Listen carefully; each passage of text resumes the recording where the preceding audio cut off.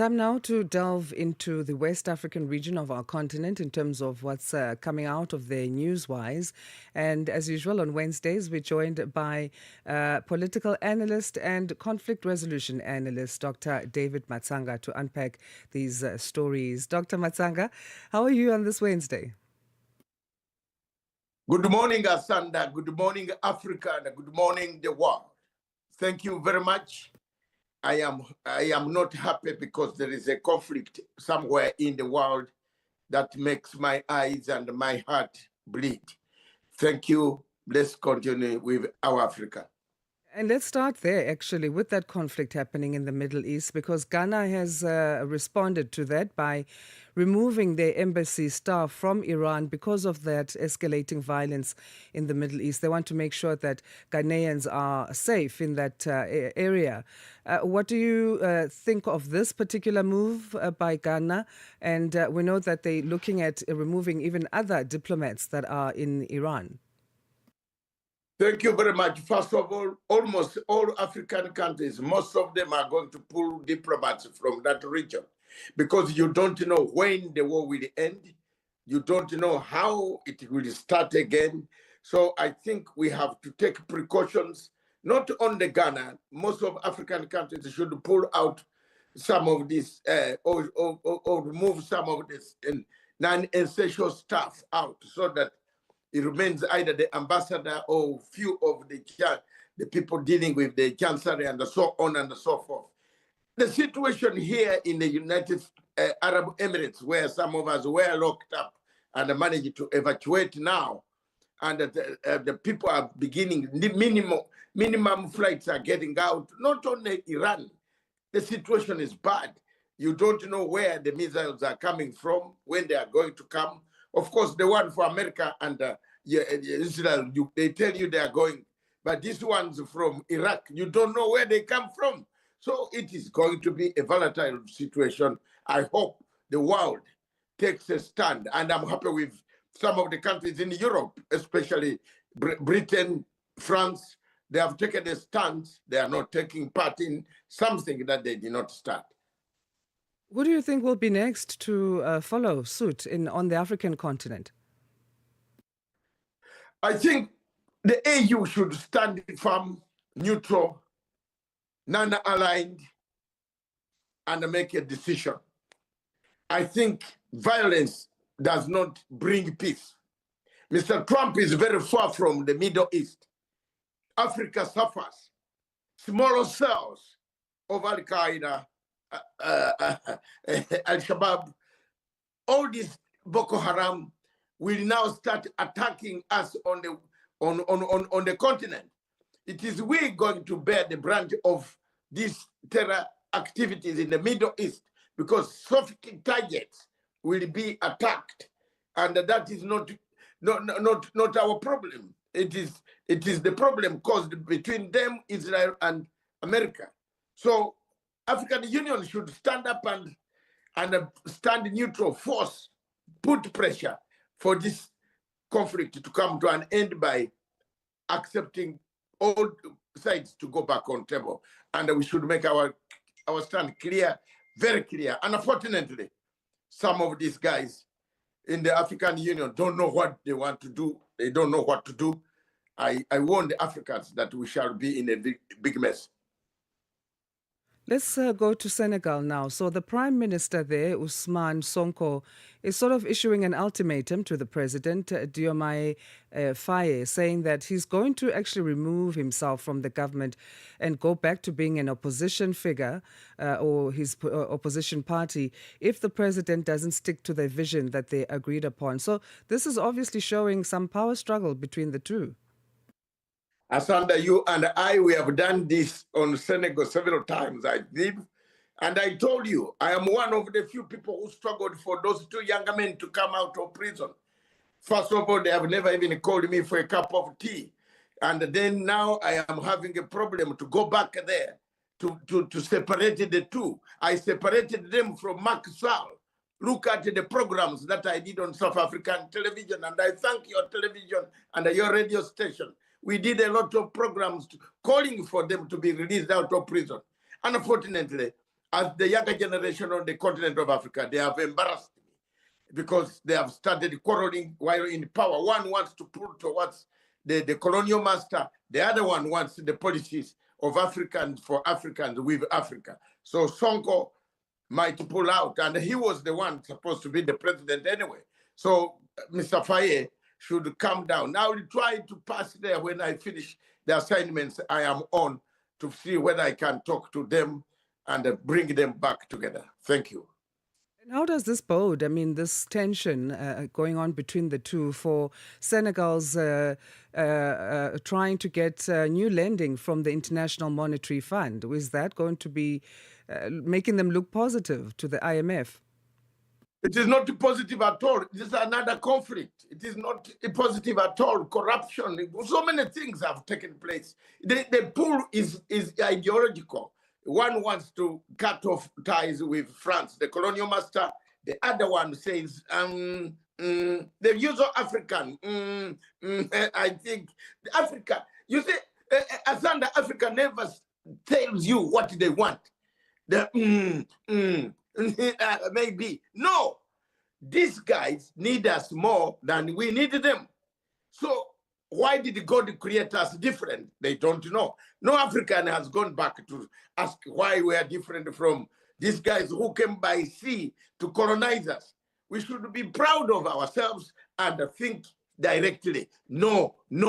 I like some of the presidents in some of these countries in Africa who say, I am sorry. I don't want to know. Let me suffer with my people and let's go ahead. Right. Let's go to Mali now. They've praised the U.S.'s decision to lift sanctions on its key officials. So 3 officials were sanctioned against there in Mali. Let's go back to why they were sanctioned and who they are. First of all, whenever you see that removal, Asanda, credit some of us quietly. We are silent diplomats. We don't shout. We don't wear the diplomatic passports, but we influence events. I am proudly telling you, we influence events on the continent of Africa. If you don't want us, it is you are the one who is in trouble, not Matanga. So I have been working on so many things, and I won't say this much, but when we are offline, I'll tell you. These were some of the main, people handling a lot of work, the defense, trade, and top diplomats of the Mali government who were supposed, and officials who are supposed to handle key issues. And slowly, America is understanding the Sahara region. And I repeat, America is understanding the Sahara region. And those who underrate some of us might be in for a rude shock because we do things which are straightforward. We tell the truth. And I am very, very proud with the government of Mali for listening. The younger generation there listens. Some of the presidents on the continent of Africa don't want even to listen. They think they know. They find themselves in a quagmire state. So I am happy. I can't say more than this. The happiness is beyond my happiness, apart from the sadness which is taking place in the Middle East. So what will this mean then for ties with Mali and Washington? Will it improve them, and in what ways will it? And we then on the are other going hand, to what will it improve mean the ties. for Mali's relationship with Russia that has Wagner, that military company operating within its borders? There is nothing wrong with being non-aligned. My policy in the middle, in the Sahara region, and this is it. Let me tell you, Afanda, you are pushing me to tell you something that I did not want to say.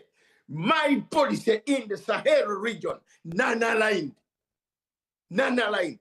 We want to be non-aligned. We don't want you. If you are coming to help us, we shall give you your terms of reference.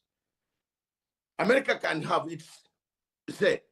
The only bad ally in that region, that the Sahel region doesn't want Asanda, is the French. They don't want. They don't want to hear them. But if you are coming in America as an American, they will welcome you, and you can see the developments, very good developments taking place in Mali, in Ouagadougou, in Niamey. There are people. These are people who listen, and I think it's high time AU listen to them and return them to their fold, because they are all, after all, they are just accepting a man who moved the uniform in Guinea Conakry. Then he said he had won an election.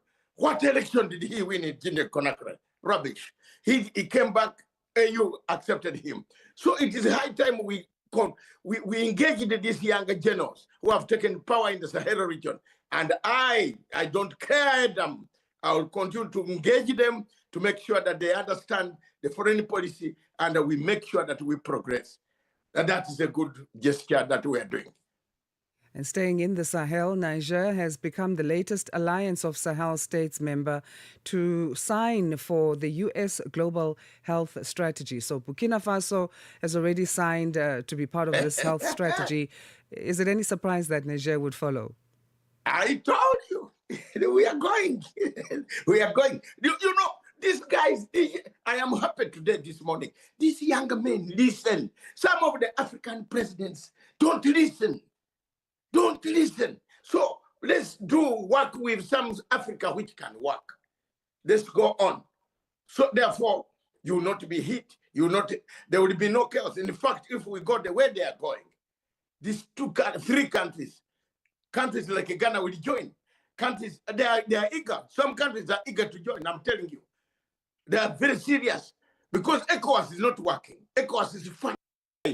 The same colonial master who gives you the money in order to say, don't do that, don't do that, don't bring tomatoes, don't bring cabbage, don't bring carrots here. We want your carrots to be on a standard. So I am telling you, this is my baby. The Sahel region is my baby. Leave it to me, let me handle it. Until those who want to run around with suits, I don't run around with suits. I run around with my Pan-Africanism. The Nkrumah spirit, the Nyerere spirit, the Patrice Lumumba spirit is in me. Therefore, we shall reignite Africa, and Africa will rise and shine again. With a minute to go, Dr. Matsanga, let's give you an opportunity to share your views on the Middle East conflict. I know it's got nothing to do with that. Well, let's not say nothing to do with West Africa, but it's not part of West Africa, but it's definitely top of the agenda. Your thoughts? It is going to affect Africa. It is going to affect West Africa. The fuel, the oil, the pump, the pump on the price of the pump is going to go high. The prices of goods, the transport, the air transport. Already you have seen the mess. So don't sit there and say it is in the Middle East. Do something. Like Dr. Matsanga, I'm doing something. I'm telling the Americans, I have friends inside America that some of them, we are even disagreeing on this. I don't care. I don't need an American passport to fly to there. They are friends. If they want to be friends, we shall be friends. I have told them that the way you have handled this whole thing, you don't know when it will end. You don't know how it will start. And again, so why don't you re-engage? That's why you see some countries like the United Kingdom, France, and others in Europe are listening to the voices on the ground. Why should you go into something where a man woke up from his bedroom and said he's going to bomb someone? And that it's sad. Yes, we know Iran has been parcel of this evil axis, but there are ways. How shall we end this war? Is it a long, protracted war? Will you send the troops on the ground? What will you do? How will you dismember? Trump called for people to come on the streets. The people coming on the streets are weeping, they're crying, they're mourning for their leader. Their leader is like a pope. A pope, if you go and assassinate a pope in Rome, yeah, my God, are you going to be liked? No. So we should have thought of consequences. You can't just go and assassinate and then you go on telling people. We know nobody is coming in the streets as Trump wanted. So I know Asanda, you could go on, Dr. Matsanga, but we are Africa. completely out of time. I have to interject there, unfortunately. But Thank you so much. I had to give you a moment just to talk on that because I know it's a passion that you have. But on all the other African matters, I know you have passion. So we'll catch up with you again on Wednesday. Thank you very much all the time, my sister. Keep it going. Africa needs your voice. Thank you. It's our pleasure. That's Dr. David Matsanga, political scientist and conflict resolution analyst. He joins us on Wednesdays. He'll be back next week to delve into what's happening in the West African region of our continent. At 6:31 Central African time, let's get our news headlines. Here's Dralani Tulo Mwebe. SABC News. Headlines. The African Perspective. Thank you, Asanda. Good morning. Making headlines, reports from Sudan say the paramilitary rapid support forces have attacked a power station, causing a blackout across the city of Al Obeid. Police in South Africa's Gauteng province say they are awaiting a declaration on whether the scene of the building collapse in Omonde in the south of Johannesburg is safe before sending their members to begin investigations. And finally, the US says it has struck nearly 2,000 targets in Iran since launching its joint bombing campaign with Israel. Iran has not yet commented on the US statement. I will have details on these and other stories at 7 o'clock. SABC News. Headlines. The African Perspective. And now let's catch you up with what's happening in the world of sports. We get our first full bulletin for this Wednesday morning as we say good morning to Fikile Lingwati. Sports on Channel Africa. The African Perspective.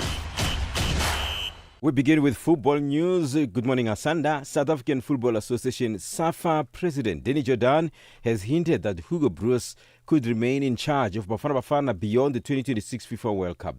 Broos, who turns 74 next month, will complete 5 years as head coach in May and previously indicated that he intends to call time on his coaching career after the global showpiece, which will be hosted in the United States, Mexico, and Canada.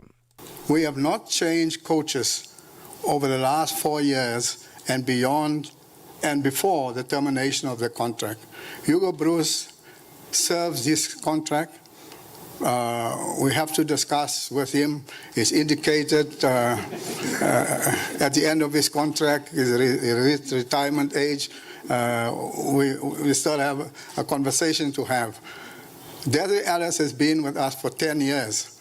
On to golf news. John Rahm has claimed the DP World Tour is exhorting players as he outlined why he's not among a group of live golf competitors to have signed a settlement enabling them to play in both organizations' tournaments. 8 players were last month granted releases by the DP World Tour, formerly known as the European Tour, to participate in live golf events this year, allowing them to retain memberships as they remain eligible for Ryder Cup selection. The waiver included an agreement to pay outstanding fines reportedly in the region of $4.5 million levied for playing in live events without DP World Tour permission, the withdrawal of all pending appeals, and an acceptance to take part in stipulated DP World Tour tournaments. And tennis news. Players and officials ran from the court at an ATP Challenger event in the United Arab Emirates when an Iranian drone attack led to a fire breaking out at an oil terminal located about 10 kilometers away. 2 matches were stopped in Fujairah, which is about 90 miles southeast of Dubai, shortly after the city's port was targeted on Tuesday morning. For any sports stories you'd like to share with us, please send an email to newsroom@channelafrica.co.za or call us on +2711 714 4459. This is Channel Africa Sport with me, Fikile Lingwati. Sports on Channel Africa. The African Perspective. Hi there. Do you want to elevate your business and give it a voice in South Africa and Africa as a whole? Well, in that case, let Channel Africa make this a possibility. Channel Africa is willing to advertise your business for as little as 30,000 rands or $1,719.18. To get access to these great rates, send all requests to mokoenata@SABC. That's MOKOENATA@SABC. Channel Africa, the African Perspective. Conversations are happening, and Channel Africa is at the heart of them. We tell the African story with clarity, pride, and purpose, reaching audiences that matter to your brand. Partner with us and connect your business with listeners across borders in multiple languages and markets. For partnership opportunities, sponsorship, or sales, email us at partnership@channelafrica.co.za. Channel Africa, the African perspective.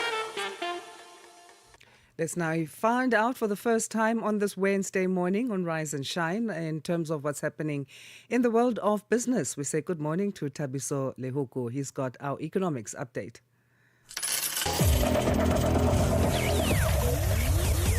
Business news on Channel Africa. The African perspective.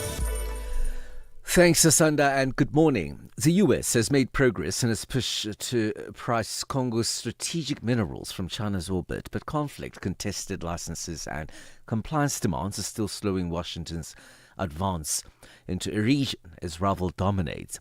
Democratic Republic of Congo, which hosts the world's largest cobalt supply and rich copper and lithium reserves, is central to the US push to cut the West's reliance on China for rare minerals. After the US and Congo signed a minerals pact in December, Kinshasa last month handed Washington a 44-project shortlist spanning copper, cobalt, lithium, tin, gold, and hydrocarbons. It's been confirmed that Ikapa Minerals Mine in Kimberley has been placed under provisional liquidation until the 17th of this month, when legal proceedings continue. At the Northern Cape High Court, families of 5 trapped miners hit out management, claiming they only receive feedback from contractors and not the mine itself. A family representative requested to remain anonymous, alleges that a plan for liquidation is a way for the mine to escape accountability. Also, there has been no support from ICAPA, and all the information, updates and support that we, as the families, have been receiving has been from the contractors and the proto teams working on the ground. I feel that it's an easy way out. They don't want to take responsibility for these families. All the rest of the men as well, not getting salaries. How must I feed all these families? It's not just for the 5 men I'm fighting. I like to fight and pray for all the men in ICAPA mines, because they are not true to them. South Africans are using different forms of platforms to make payments.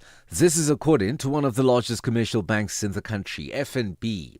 FNB released its state of payments on Tuesday and says cash is falling away and customers want payments to be made quick, smooth and reliable, whether they're buying in a mall, a township or a local trading area.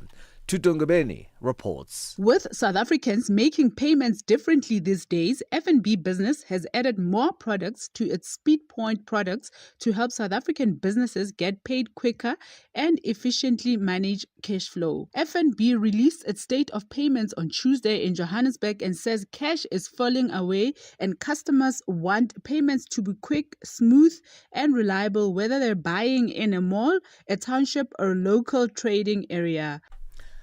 Analysts are concerned about the impact of increasing oil prices on future petrol and diesel prices. This comes as US and Israeli airstrikes continue in Iran. Tehran has fired salvos of missiles and drones at US and Israeli bases in the region. Passenger flights have largely been cancelled. Aviation expert Lyndon Burns.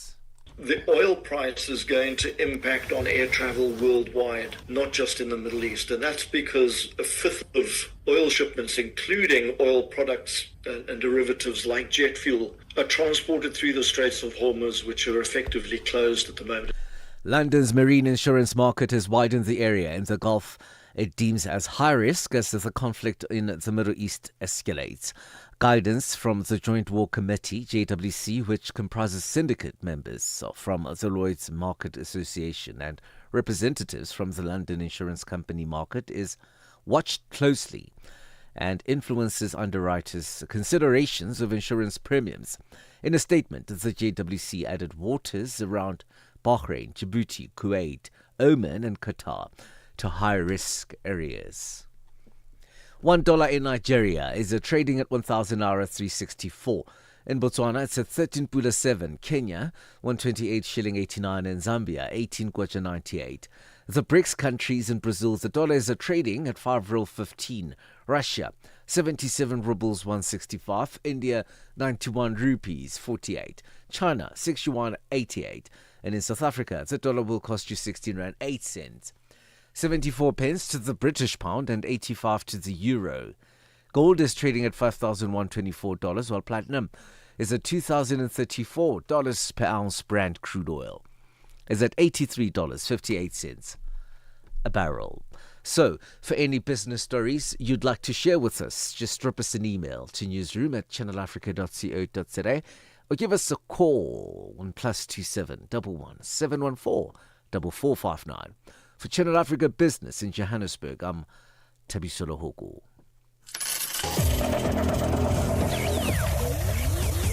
Business News on Channel Africa. The African Perspective. 60 years of Channel Africa. Your trusted voice.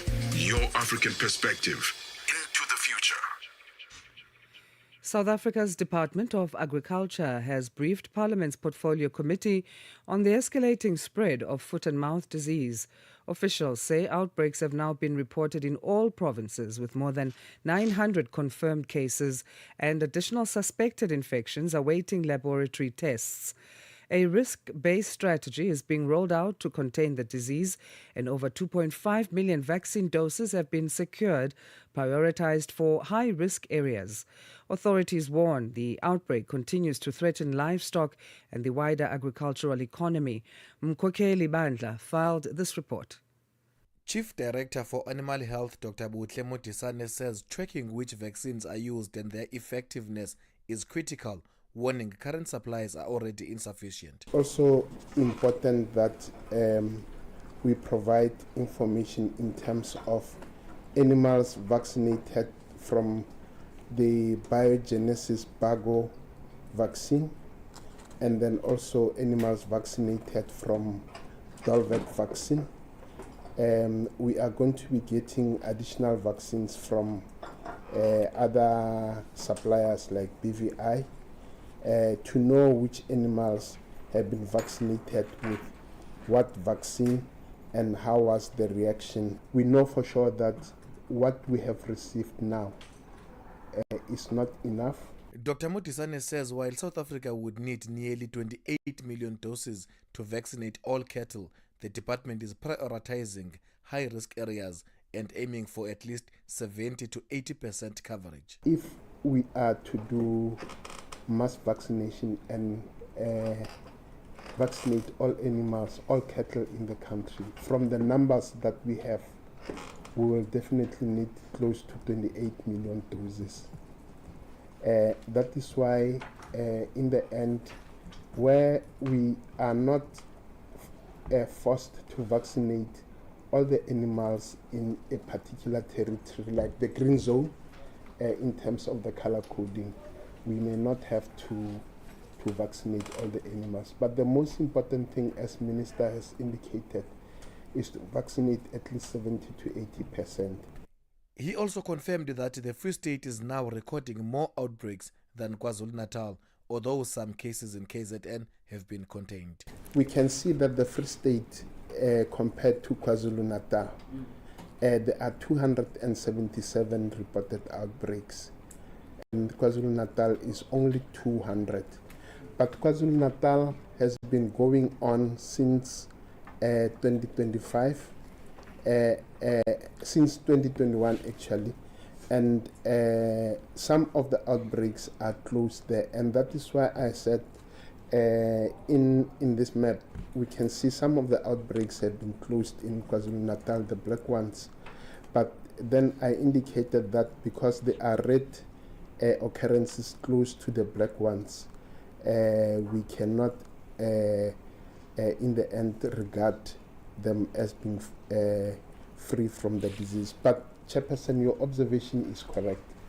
The Free State seems to be overtaking KwaZulu-Natal in terms of number of outbreaks. Strict procurement processes are being followed to prevent any repeat of irregularities seen during COVID-19 vaccine purchases, says Department's Director General, Mweketsa Ramasodi. In terms of purchasing of vaccines, the vaccines come into the country. They are at any of the airports, but they have got to be stored at the OBP, where firstly, upon arrival, we would do all the checks, do the temperature checks, do the number checks in terms of their stock. And once that has been done, we would then say everything is well, we have counted, and then we pay in line with the PFMA. If that is not followed, it creates a problem in terms of the department, and we want to follow the PFMA to the letter. We don't do prepayments in terms of the engagements where we are at this moment.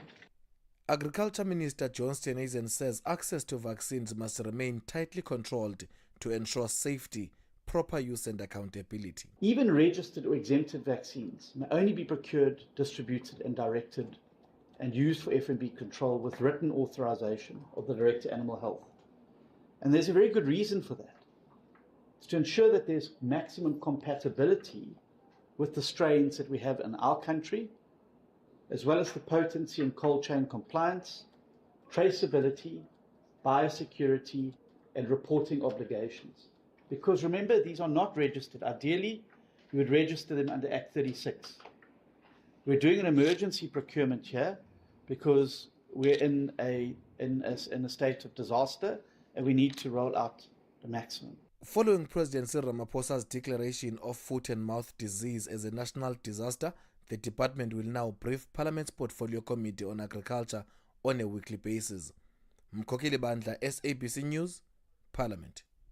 Staying with South Africa, the government of the country has called on the company responsible for the construction of a building that collapsed on Monday in Johannesburg, killing 9 people, to take accountability. The incident happened in the afternoon when a concrete slab gave way, burying workers beneath the rubble. The case has now been handed over to the South African Police Service, who are investigating alongside engineers to determine the cause of the collapse. The developer says an independent investigation into the cause of the incident is currently underway. Luyanda Danga reports. Minister of Public Works and Infrastructure Dean McPherson says gaps in oversight and compliance often emerge with system fail to operate properly. He has called on the company responsible for constructing the building, New Order IMV, to come forward and take accountability. When these systems do not operate in a fully coordinated manner, gaps emerge in oversight, compliance and accountability, particularly where unlawful construction occurs or where buildings are occupied without approval.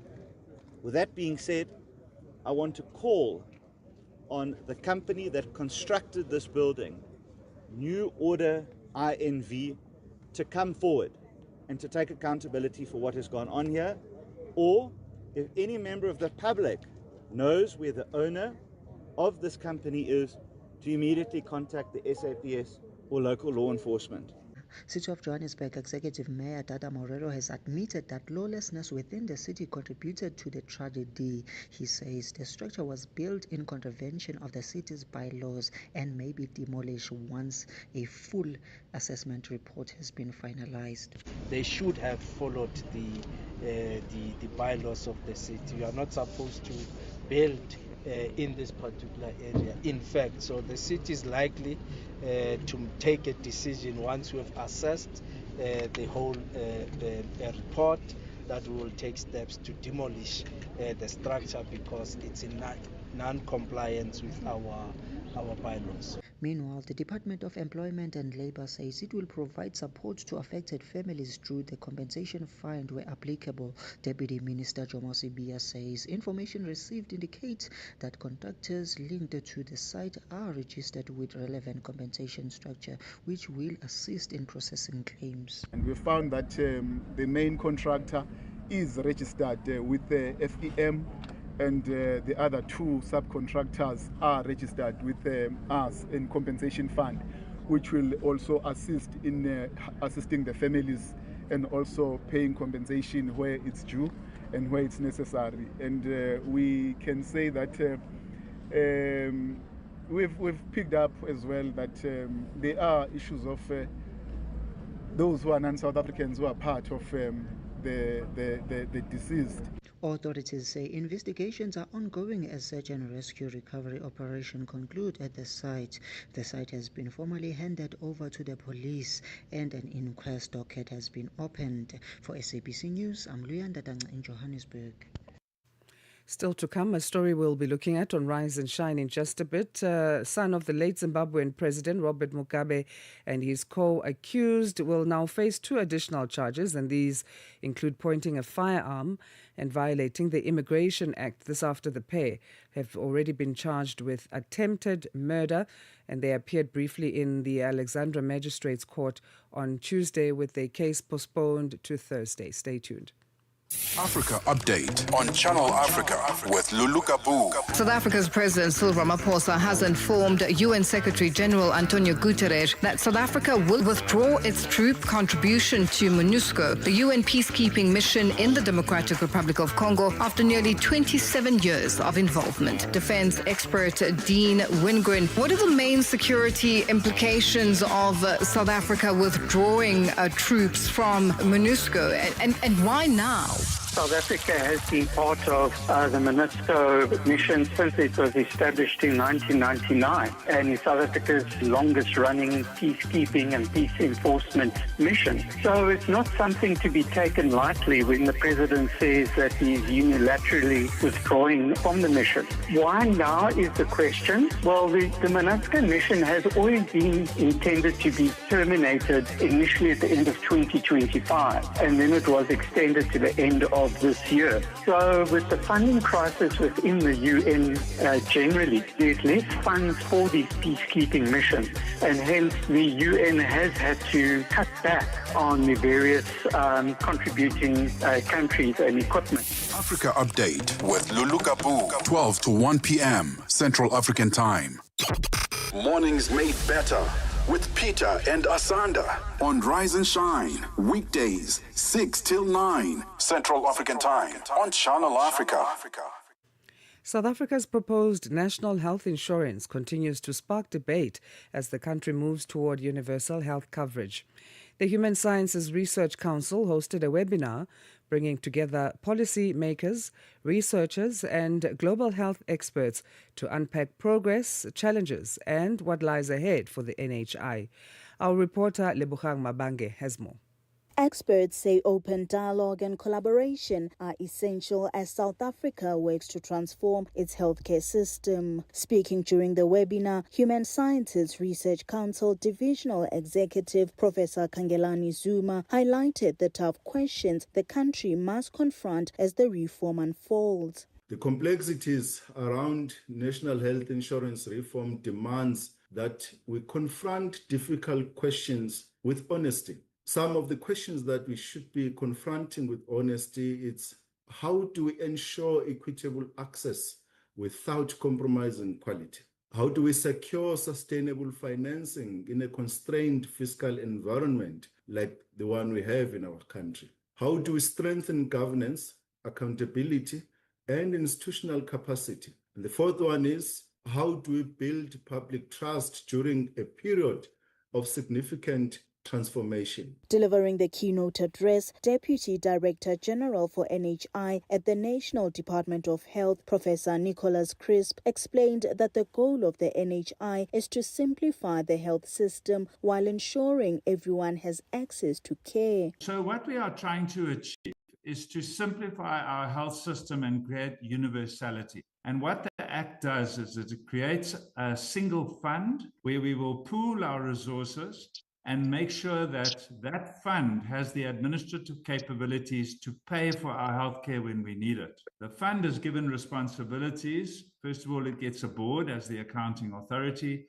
but it also has a number of other structures responsible for designing the benefits and benefits payments and managing and monitoring and making sure that this money is spent properly to make sure we get healthcare. So it must monitor quality, outcomes, etc. The global perspective was also part of the discussion. Acting Director for Universal Health Coverage and Life Course at the World Health Organization, Dr. Ogochukwu Chukwujeku, outlined recent changes in how universal health coverage is measured. In 2025, there were some changes made to the underlying indicators that are used to monitor UHC. The first one on the service coverage index, the core of it hasn't changed, but there were just a few tweaks to 3 of the tracer indicators to reflect indicators that countries have more data on, including family planning, workforce, and managing diabetes. And these were also to bring them more in line with the other SDG measures that exist. Dr. Chukwujeku says that there has been gradual progress in expanding access to healthcare and reducing financial hardship. However, she cautions that the pace of improvement suggests that many countries may struggle to meet the universal health coverage targets set for 2030. In Africa, our service coverage has increased over the past 2 decades, from about 30 to nearly to about 41 as of 2023. And financial hardship, which is the proportion of population facing hardship, has also reduced from 45% to about 35%. But seeing this 10% reduction in 20 years means that we will not be where we need to be by 2030 for sure. Participants at the webinar say continued engagement between government, researchers and international partners will be key to strengthening the path toward universal health coverage in South Africa. Reporting for Channel Africa, I am Lebogang Mabange in Johannesburg, South Africa. News just in on Rise and Shine here on Channel Africa. South African political party leader for Congress of the People, Musiwa Lekota, has died at the age of 77. His family has confirmed his death. Lekota had stepped back from active politics last year to focus on his health. This led to the appointment of Teboho Luate as the interim leader of COPE, or Congress of the People. Lekota is a former high-ranking ANC or African National Congress member. He served as the first Free State Premier from 1994 to 1996 and as Defence Minister of South Africa from 1999 to 2008. And that's the story that we will follow and give you updates on. Africa. It's time to plug into the heartbeat of the continent. Tune in to Channel Africa, your go-to radio station that broadcasts in 5 different languages. L'Afrique du Sud célèbre la journée nationale du Kabla hujaitwa kwa jina la Double K, or more of our forests have been destroyed. Partido Africano da Independência da Guiné.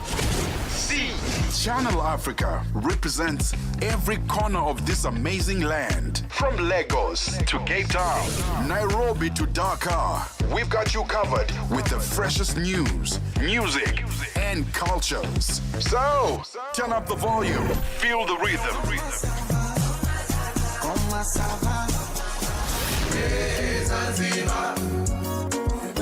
And join the conversation. Channel Africa, the African perspective. Keep Africa in your hands. Connect to our website for all your news, sports, and cultural updates. channelafrica.co.za. We enter the second hour of Rise and Shine. Good morning. If you've just joined us, thank you for doing just that. Channel Africa, the first with the African story globally. Let's get our news, and we get that at 7 o'clock Central African time. Here's Jolani Tulo Mwebe. SABC News. The African perspective. Good morning. Reports from Sudan say the paramilitary rapid support forces have attacked a power station, causing a blackout across the city of El Obeid. An official told the French news agency the drone strike started a fire at the site. 9 people have been killed and at least a dozen others injured in separate drone attacks over the past week. In news just in, leader of the Congress of the People in South Africa, Musiwa Lekota, has died at the age of 77. Lekota had stepped back from active politics last year to focus on his health. This led to the appointment of Teboho Luate as the interim leader of COPE. Lekota is a former high-ranking African National Congress Party member. He served as the first Free State Premier from 1994 to 1996 and as Defence Minister from 1999 to 2008. South Africa's President Cyril Ramaphosa has announced that the upcoming 46th Southern African Development Community Extraordinary Summit of Heads of State and Government will take place in the eThekwini Metropolitan Municipality in the KwaZulu-Natal province this August. Ramaphosa made the announcement while addressing attendees at the unveiling ceremony of statues honouring struggle icons Nelson Mandela and Oliver Tambo. He said the decision to host the summit in the province was influenced by the significant progress made in revitalizing and restoring its former stature. Ramaphosa elaborates. Durban indeed is the tourism mecca of our country, and we want it to stay like that and even get better. In order to confirm this, I am pleased to announce that eThekwini will be the venue of the 46th Ordinary Summit of the Heads of State and Government of Southern Africa. So because of all the work that you're doing and the progress that you're making, we will bring the SADC heads of state here in this metro. And one of the areas that I would like to lead them to is to go and lay wreaths at either of the two statues. Still in South Africa, police in the Gauteng province say they are awaiting a declaration on whether the scene of the building collapse in Omonde, Johannesburg is safe before sending their members to begin investigations. 9 people lost their lives after a concrete slab in the 2-story building collapsed on Monday. Officials have called on the building's developers to account. The exact cause of the incident is still unclear at this stage. However, the city of Johannesburg has confirmed that there were no approved plans for the construction of the building. Provincial police spokesperson Dimakatso Nebulwi. Although the scene has been handed over to the police, it has not been declared safe for them to go in as yet. So our LCRC, together with our detectives, will be working together in terms of investigating this particular crime scene.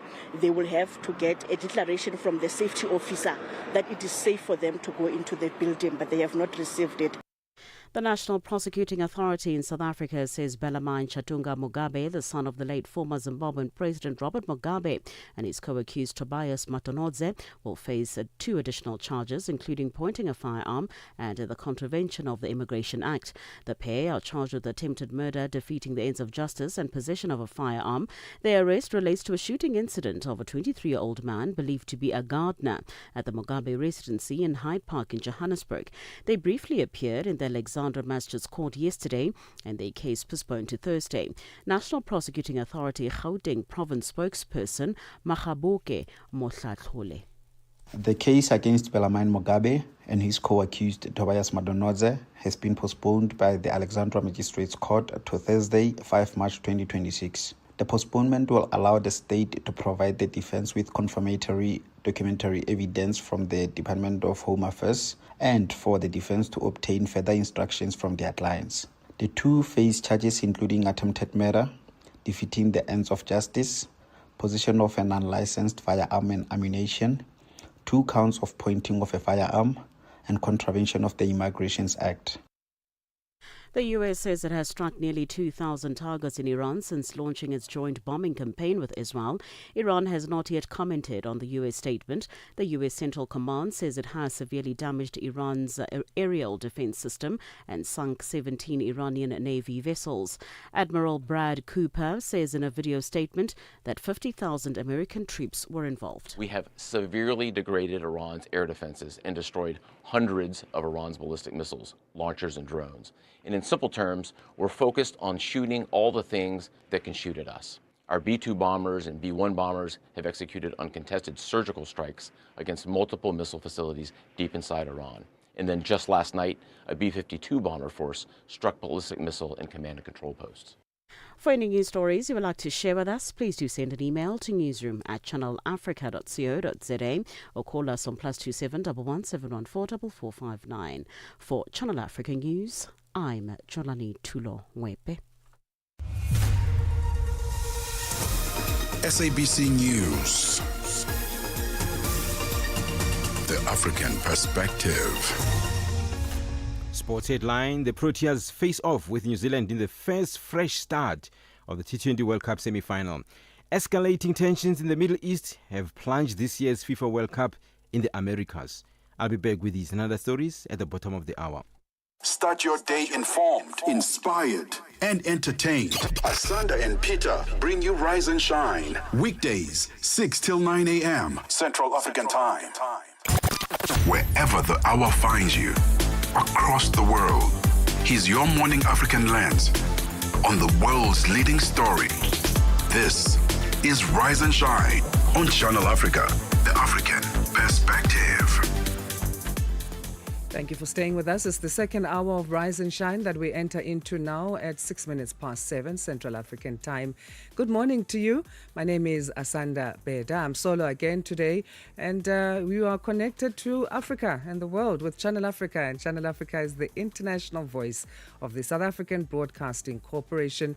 And we are live in Johannesburg, South Africa. Watch or listen anytime, anywhere on our website. That's channelafrica.co.za, on the Channel Africa mobile app, and on SABC Plus, or via the DSTV and OpenView audio bouquets. You can find us on social media. On Facebook, Channel Africa is our handle, and then it's at Channel Africa 1 for the rest of the other platforms. So lots of ways to get in touch with us. We welcome you to do just that. In this hour, we look at South African political party leader for Congress of the People, or COPE, Mosiuoa Lekota, who has died at the age of 77. News that his family has confirmed, and that news just in, so that story is developing. We'll bring you updates on that one. And then we go to Nigeria, where a top human rights organization there, the Socio-Economic Rights and Accountability Project, SERAP, is raising alarm over new government surveillance rules. SERAP says that the lawful interception of communications regulations could give authorities sweeping powers to monitor phones and digital communications. And this, of course, they feel will be threatening privacy and freedom of expression, amongst other challenges and problems that it could lead to. So those stories and more coming up in this hour of Rise and Shine. Together until 9 this morning, so lots to cover. Ahoy, matey! Captain here to help, right, boys? Set sail with us on a digital voyage like no other. Channel Africa has a treasure trove of awesomeness. That is our website and social media pages.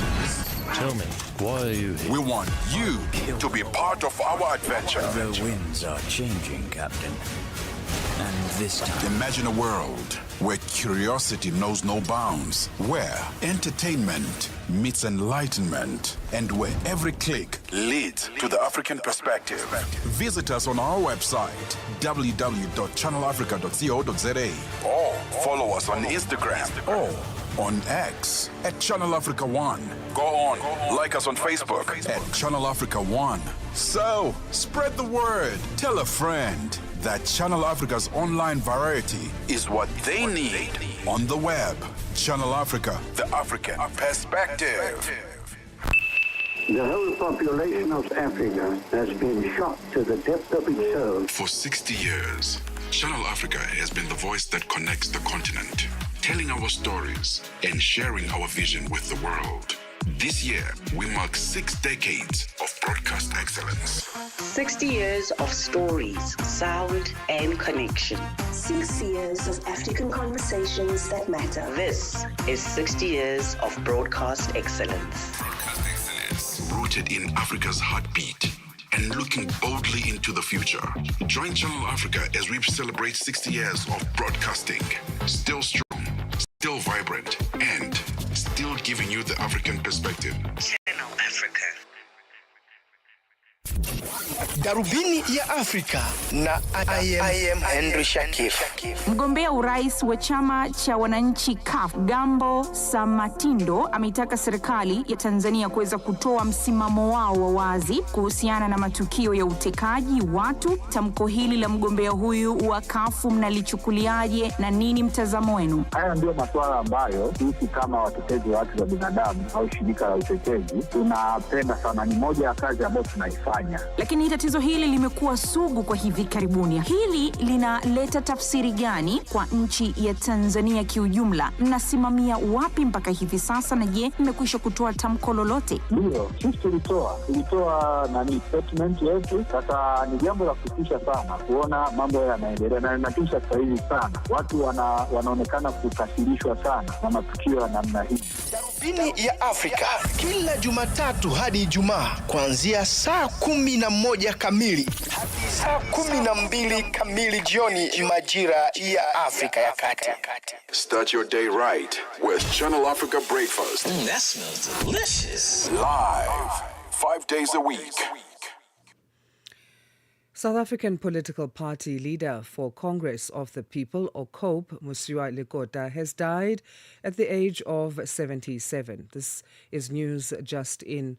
His family has confirmed his death. Lekota had stepped back from active politics last year to focus on his health. This led to the appointment of Teboho Loate as the interim leader of COPE. Lekota is a former high-ranking African National Congress Party member, or ANC member.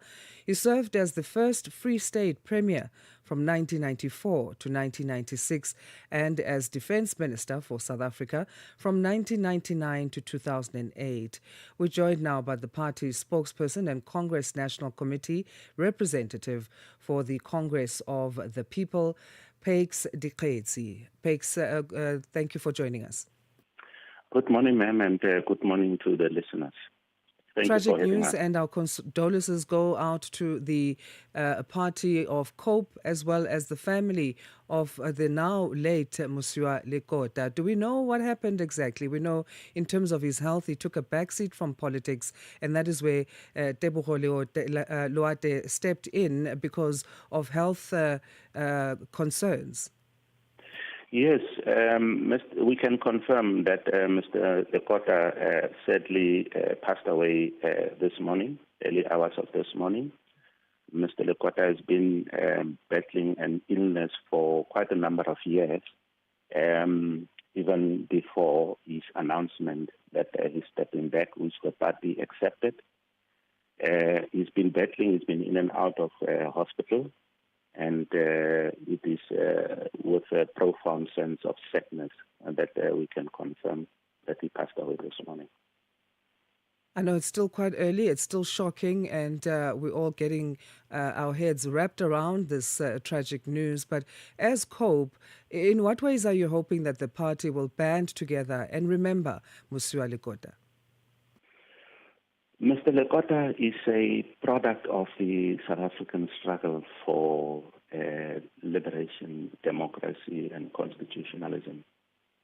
His career spans many decades from the early days of the South African student organization, SASO days, that's in the early 70s, and student activities at the current Northwest University, which was then TEFLO. And he's been through and through an activist and the leader of the people, from SASO to the United Democratic Front, the UDF, to the ANC, and he will be fondly remembered by the people of South Africa for his integrity, for his forthrightness, and for his dedication to the freedom of the people of South Africa. As you say, it goes beyond the political party that he represented, but the people of South Africa in general, as having been a leader in the country, taking various positions there of power. In terms of his position as Defence Minister of South Africa between the times of 1999 to 2008, what should we remember the most about his tenure then, particularly in this time when we see so many conflicts erupting on just the world stage, but also on the continent? Currently, we are witnessing what's happening in the Middle East and how that's affecting Africa.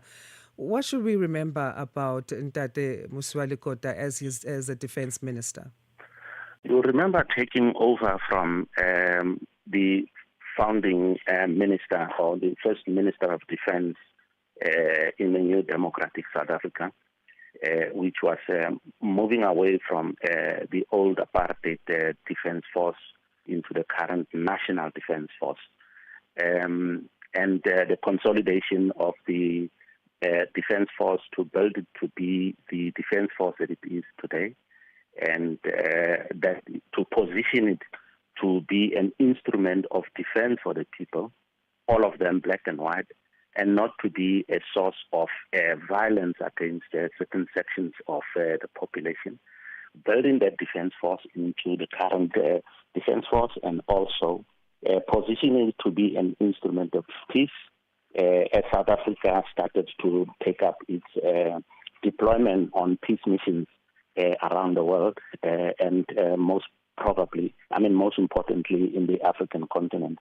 So yes, Mr. Lekota, as a very fervent and very strong believer in the Freedom Charter, and that charter calling for peace amongst the people of South Africa and the world, Africa and the world.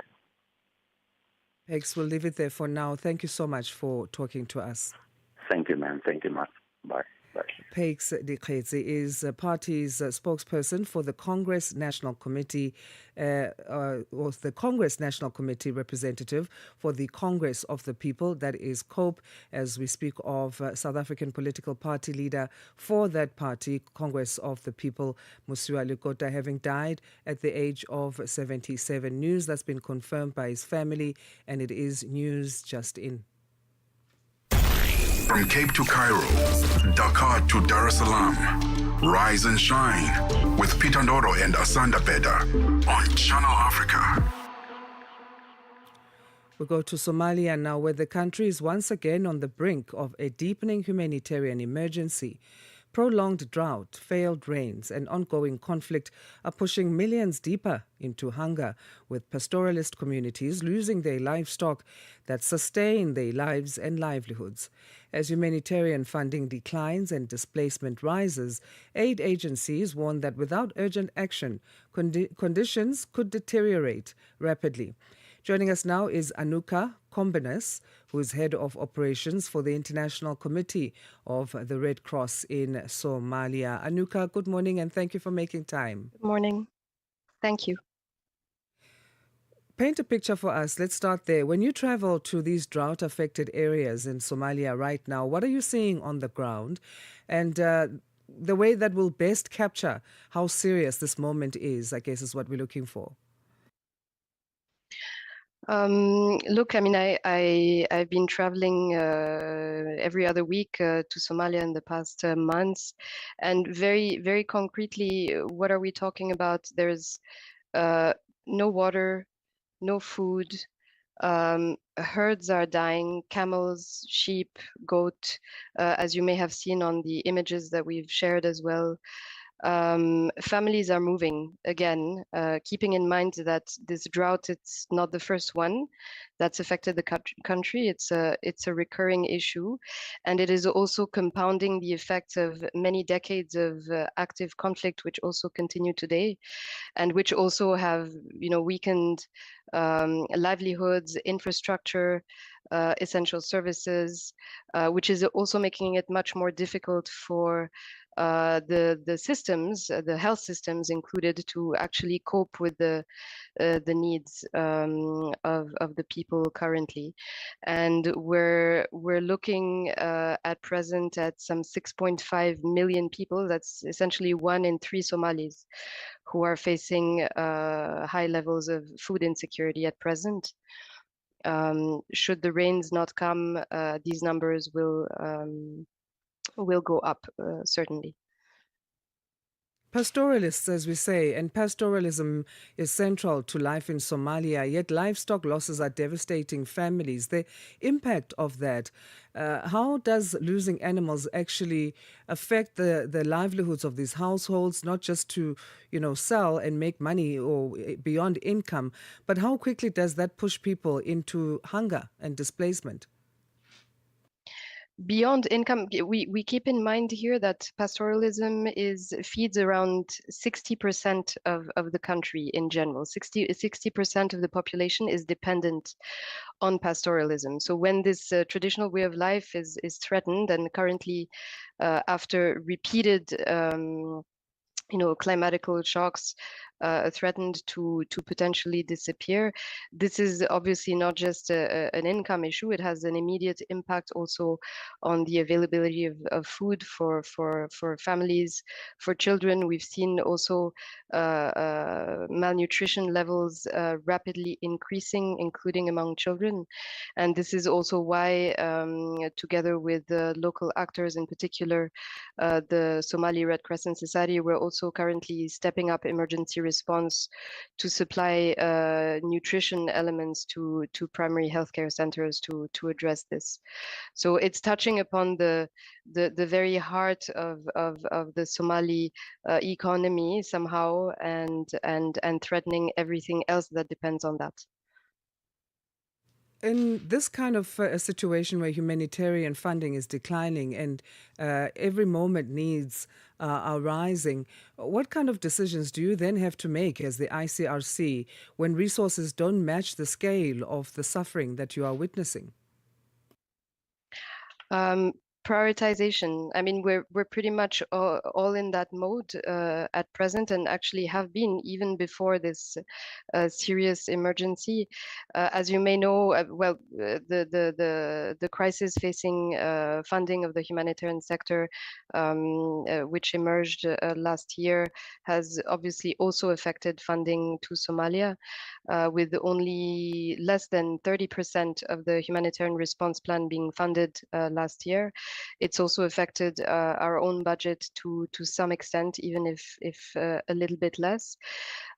So when you're faced with an increasing emergency and a reduction of the capabilities of others, obviously this increases expectations and pressure on those who remain to respond. Yet there are limits to that. So we need to make sure we prioritize properly based on urgency, seriousness. We focus mainly on those more remote rural areas as well that are maybe less accessible to other actors because of the particular way we work.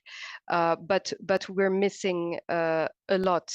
The scale is much too big to be able to, for us and for others to fill it. This is why we are calling as well for attention to be drawn to this context, to this current situation, despite the fact that we know there are other locations around the globe that are also facing different types of crisis. Anuka, thank you so much for joining us to give us the latest, and all the best. We salute you for the work you're doing there in Somalia. Thank you very much. Thank you for this opportunity. Our pleasure. Anuka Kombanas, Head of Operations for the International Committee of the Red Cross in Somalia, giving us the latest on the ground. When it comes to world-class exhibitions and event solutions, one name leads the way: GL Events South Africa. From concept to completion, we transform ideas into exceptional experiences, delivering seamless events for conferences, exhibitions, business functions, and more. With global expertise and local insight, we provide innovative, sustainable, and turnkey event solutions you can trust. Partner with the industry leader. Partner with GL Events South Africa. Visit gl-events.co.za. Ritmos e Cultura, com Jacob Tivani. Fiéis ouvintes do Ritmos e Cultura, hoje em linha com uma das grandezas da música moçambicana, porque não, ele que é um dos kings da marrabenta, uma bermuda in the building. É um prazer enorme estar a fazer parte deste programa. Deixe-me só saudar. Boa tarde a todos os ouvintes que me ouvem neste preciso momento. Meu nome é Uma Bermuda, de Alau Fanelo Estarapo, Gás de Água da Canhela é Mabiscato. Eu vou saudar de uma maneira diferente. Ah, tita buia, mwanango, titumatifica guiane. Ah, tita buia, mwanango, titumatifica guiane. Ani motive lo ababa yena otiva mina haikonama. Ani motive lo anona yena otiva kwa himbo. Cá estou eu, irmão, para conversarmos, para falarmos pouco de tudo. Estou aqui, estou aberto. Eu estou muito feliz porque é a primeira vez que eu falo nesta rádio, falo para os ouvintes, então estou muito feliz. Ritmos e Cultura com Jacob Tivani. dos domingos das 20 às 21 horas. From Cape to Cairo, Dakar to Dar es Salaam, rise and shine with Peter Ndoro and Asanda Beda on Channel Africa. Airlines are closely monitoring the impact of ongoing clashes in the Middle East, with most flights in the region remaining largely grounded. Aviation analysts warn that a prolonged disruption could spell disaster for the sector. Qatar Airways says its operations remain temporarily suspended following the total closure of Qatari airspace, while Emirates is operating only a limited number of repatriation flights, with all other services to and from Dubai on hold. The situation is also driving a surge in global oil and gas prices, which is expected to push jet fuel costs higher. Katleho Likhodi has more. Thousands of flights remain cancelled from the weekend, with the airlines closely monitoring the Iran war as key air hubs in the Middle East remain shut amid fallout from the US-Israeli strikes on Iran.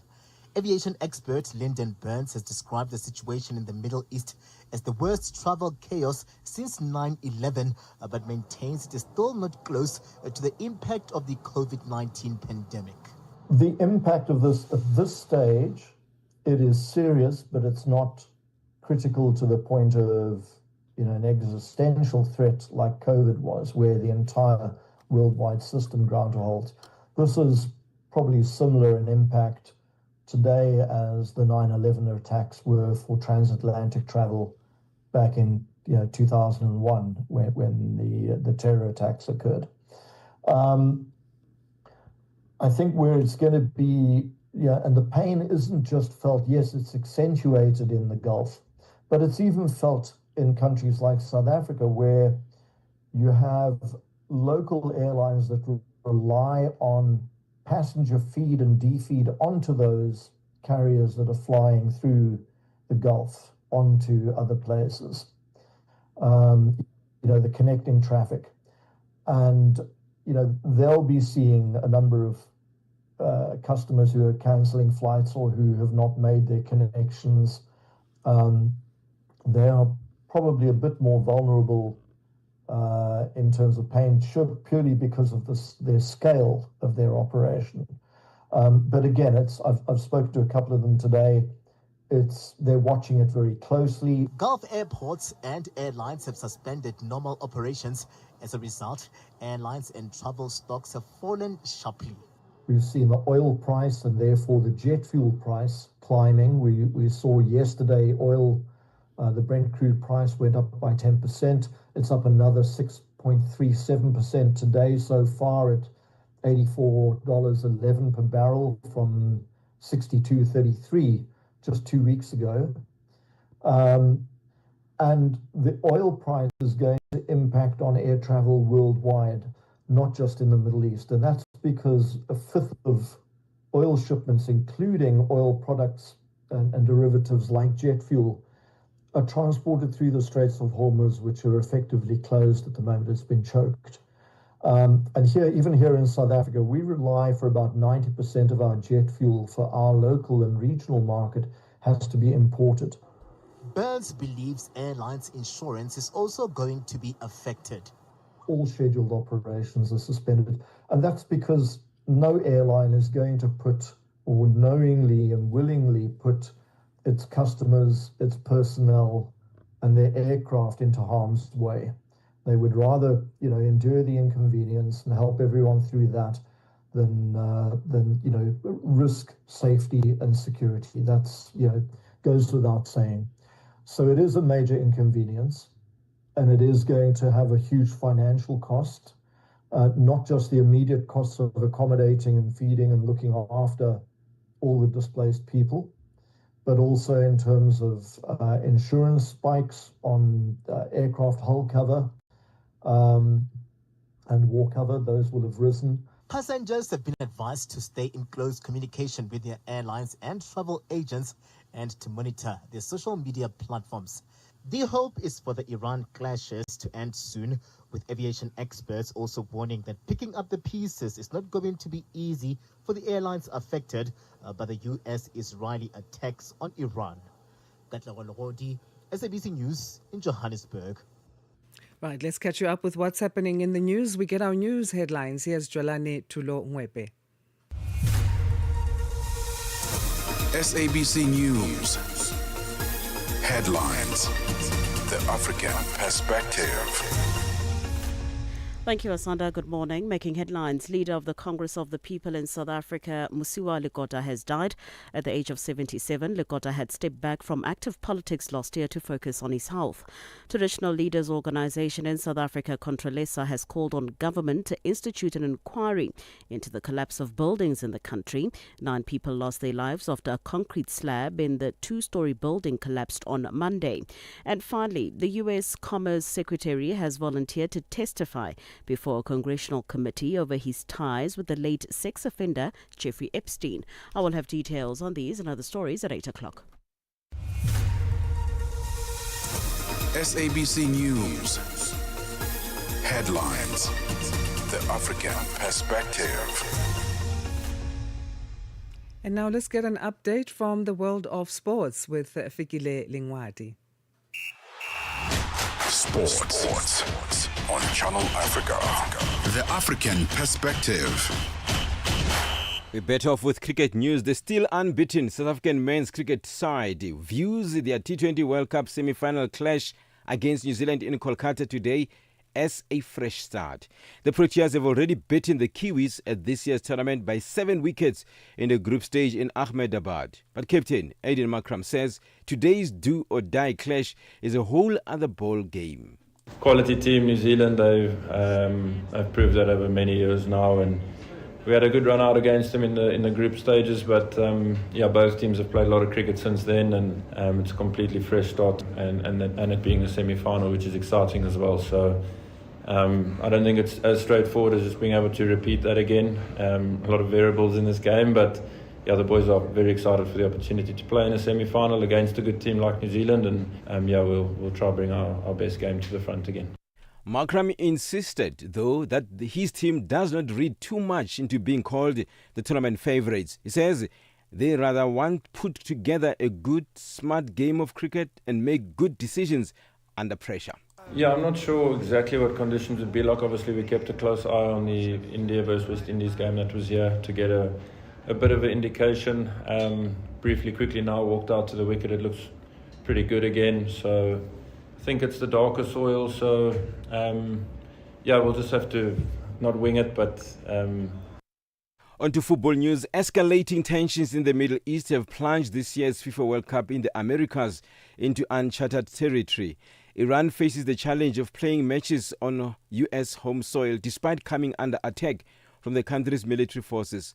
Last year, Iran secured their spot at the 4th successive World Cup by topping Group A in the Asian qualifying in December's draw. Middle East researcher at the Rice University in Houston, Christian coach Ulrichsen, says as tensions rise and uncertainty grips Iran, questions loom over whether the nation can even take part in the World Cup. Well, at the moment, it's difficult to see how Iran can take part in the World Cup just because the situation in Iran is so fluid and the country is under attack. We simply don't know. All sporting events in Iran will have been cancelled, I think, at this point until at least further notice.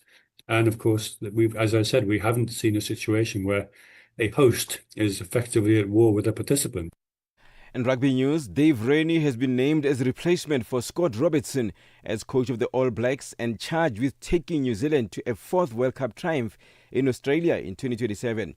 A 62-year-old former Wallabies coach beat out Jamie Joseph for one of the biggest jobs in the world rugby after an extensive recruitment process that started when Robertson made the surprise decision to step down halfway through his contract in mid-January. For any sports stories you'd like to share with us, please send an email to newsroom@channelafrica.co.za or call us on +2711 714 4459. This is Channel Africa Sport with me, Fikile Lungwati. Sports on Channel Africa. The African Perspective. Late night with African stories that matter. Tsepiso Makwetla on Africa World Hour. I mean, we're seeing South Africa face challenges in the enforcement of an NHI plan. The Minister of Health is contending with legal action. There might be a will, but there would be opposition. And what is most important is the issue of equitable health services. How do we make sure that those policies translate into that? Let me just give you a real example. In 1926, Japan started to discuss about primary healthcare and universal health coverage. By 1961, Japan was fully with universal health coverage. Do you know how long they live? They've got the longest lifespan in the world. So it's not theory anymore. In any country during COVID, if you remember 4 years ago, which fared well, there are those countries which had a very strong primary healthcare system. Because when we say health sovereignty, it's not about closing the doors to the partners. No, this is a process. But we need to give where are our priorities, what can we do more with less. Regional Director for Africa, Professor Mohamed Jacob. Late Night with Tsepiso Makwetla. End your day inspired by Africa World Hour on Channel Africa, the African perspective. Be inspired. Stay informed. Channel Africa, the beauty of life.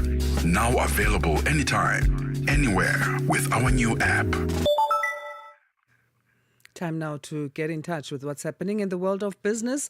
Tabiso Lehuko is going to update us on that. Good morning.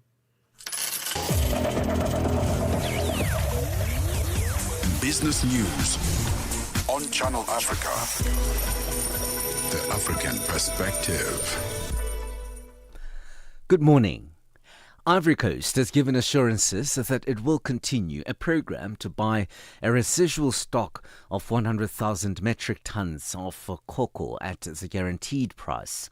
Farmers had voiced concern in recent days that the stock buying program, launched in late January to clear unsold beans and provide cash to farmers after a slump in global cocoa prices, could be halted as the mid-crop harvest gets underway earlier than usual. Around 23,000 tons have been purchased since the start of the operation, and this is according to data provided by the Agricultural Interprofessional Organization for Cocoa. The US has made progress in its push to price Congo's strategic minerals from China's orbit, but conflict, contested licenses and compliance demands are still slowing Washington's advance into region its rival dominates. Democratic Republic of Congo, which hosts the world's largest cobalt supply and rich copper and lithium reserves, is central to the US push to cut the West's reliance on China for rare minerals.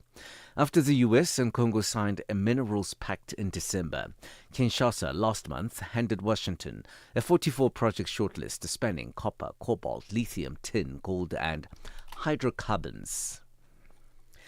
It's been confirmed that Ikapa Minerals Mine in Kimberley has been placed under provisional liquidation until the 17th of this month, when legal proceedings continue at the Northern Cape High Court. Families of 5 trapped miners hit out management, claiming they only receive feedback from contractors and not the mine itself.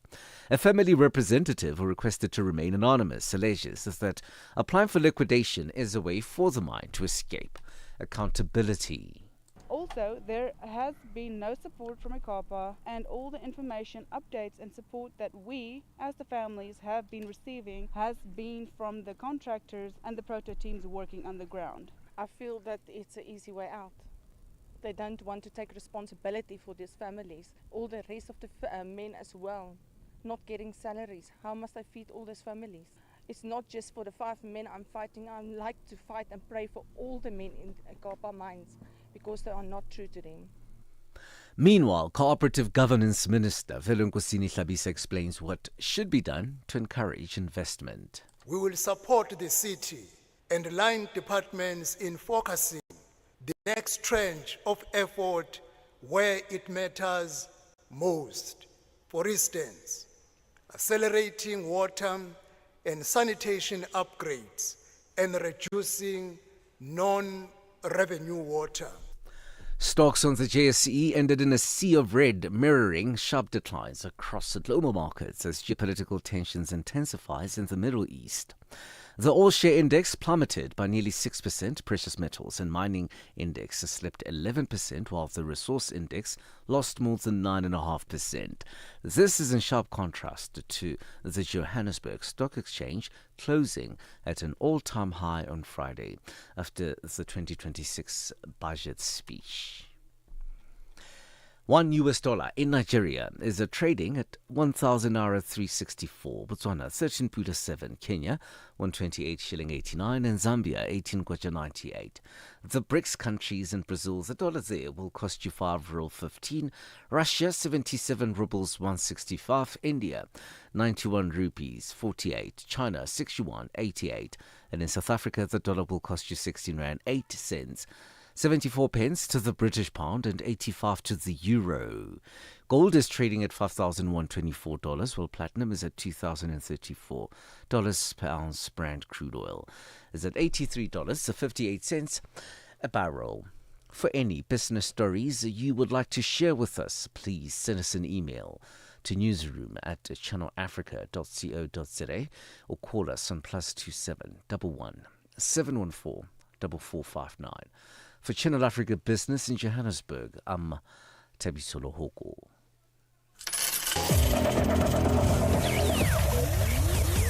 Business news on Channel Africa. The African perspective. Channel Africa 1060. 6 decades of stories, voices, and vision. Let's go to Nigeria now, where top human rights organization, the Socio-Economic Rights and Accountability Project, or SERAP, is raising alarm over new government surveillance rules. SERAP says the lawful interception of communications regulations could give authorities sweeping powers to monitor phones and digital communication, threatening privacy, freedom of expression, and the integrity of Nigeria's 2027 elections. Joining us now to explain these concerns is Kolawole Oluwadare, SERAP's Deputy Director. Kolawole, thank you for joining us. Good morning. Good morning. So, can you explain why SERAP believes these interception regulations threaten ordinary Nigerians' rights? There are reports that even high-level officials' calls may have been tapped. And also, what does this suggest then about how these powers are being used in Nigeria? Thank you very much. This allegation is not new. This is something that we've always had with the Nigerian government. Like most governments, perhaps in Africa, are investing in mass surveillance tools. But what brought this to the fore was the allegation made by a former governor, Mr. Nasser El-Rufai. He was a former governor of Kaduna State in northern Nigeria. He said they listened to the phone conversations of the National Security Advisor. He said that live on national TV. So that precipitated this instant action. And so Nigeria has a legal framework that allows this. It's called Lawful Intercept of Communications Regulations 2019. So it was made as far back as 2019. And that is why we looked at those regulations without even having data or information on how it has been used. The workings of the regulation itself lent itself easily to be misused by the authorities. So talk to us about the link and the link in terms of the concern you have to the upcoming 2027 general elections and why these regulations may impact how those elections are seen.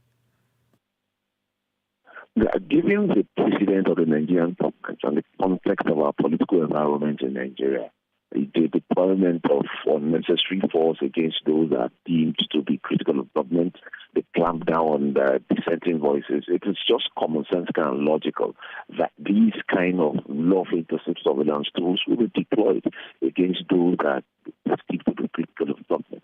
If it can be used in the context of not having elections, we can understand how it is going to be used as we go into 2027, the year of the general elections, particularly because of the framing of the regulations that allows what the law terms authorized agencies to listen into people's conversations without a warrant. And they can subsequently go to court to get the warrant after doing such. All in all, the regulation itself does not have enough civil liberties and guardrails to protect the right of Nigerians. And that is why we are taking it up. We intend to go to the ECOWAS court to compel the Nigerian government to either repeal, discard the regulations, and make a substantive law that would conform to the dictates of the African Charter.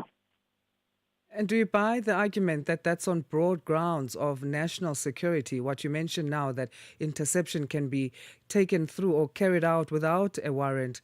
How does that make sense to you? No, it doesn't make sense. The phrase national security is seen over time, not only in Nigeria, but also in other aspects of the area. Excuse for lawful activities by government. More often than not, it is a tool to clamp down on dissenting voices and people that are deemed hypocritical of government, including people who have criticized government on social media. So the phrase national security in this regulation itself is problematic. It is vague, it is subjective. It doesn't define what national security is. And this is against the background of the DSS, which is one of the security agencies in Nigeria, suing Mr. a journalist because he called the president a criminal on Twitter. And they think that is a matter of national security. So with that mindset, you can understand how these kind of regulations will be misused if it's not already being misused in the name of national security. So what would a rights-respecting framework for a lawful interception look like if government is insisting that they need these interceptions for national security? Firstly, we do not oppose having a legal framework that regulates the use of this kind of regulations, but we need a lot of guardrails and that will protect the freedoms of the people. One is the subjecting of the right to even lawfully intercept to judicial oversight. It must be with a warrant. The provisions that allows authorized agencies to lawfully intercept communications listening to people's conversations without a warrant should be removed. And secondly, there should be clear parameters that the judge must look before he or she grants such orders. Number three, the absence of a limiting period for when that can be done, that is the warrant, should also be reviewed. Presently in those regulations, the warrant can be renewed every 3 months endlessly. That is not such a good thing. And then the conditions for that lawful intercept must be clear. And then fifth, there must be an agency of government that has the responsibility to oversight the use of those lawful intercepts. Presently in the regulations, the office is that of the Attorney General of the Federation in Nigeria. The Attorney General is a political appointee of the President. We do not believe that that kind of office will have the necessary freedom, institutional freedoms to be able to check the use of that lawful intercept. And lastly, the provisions presently merely mentions authorized agencies that could approach the court or lawfully intercept communications. And that description is vague. There must be a limit to the agencies that can use it, that can approach the court to use it. And that way, it should. And then lastly also, there should be provisions that would subject the use of such lawful intercepts to the protections for fundamental rights that exist in the Nigerian Constitution and the African Charter. Kulawole, thank you so much for your time. We'll leave it there for now. Thank you very much.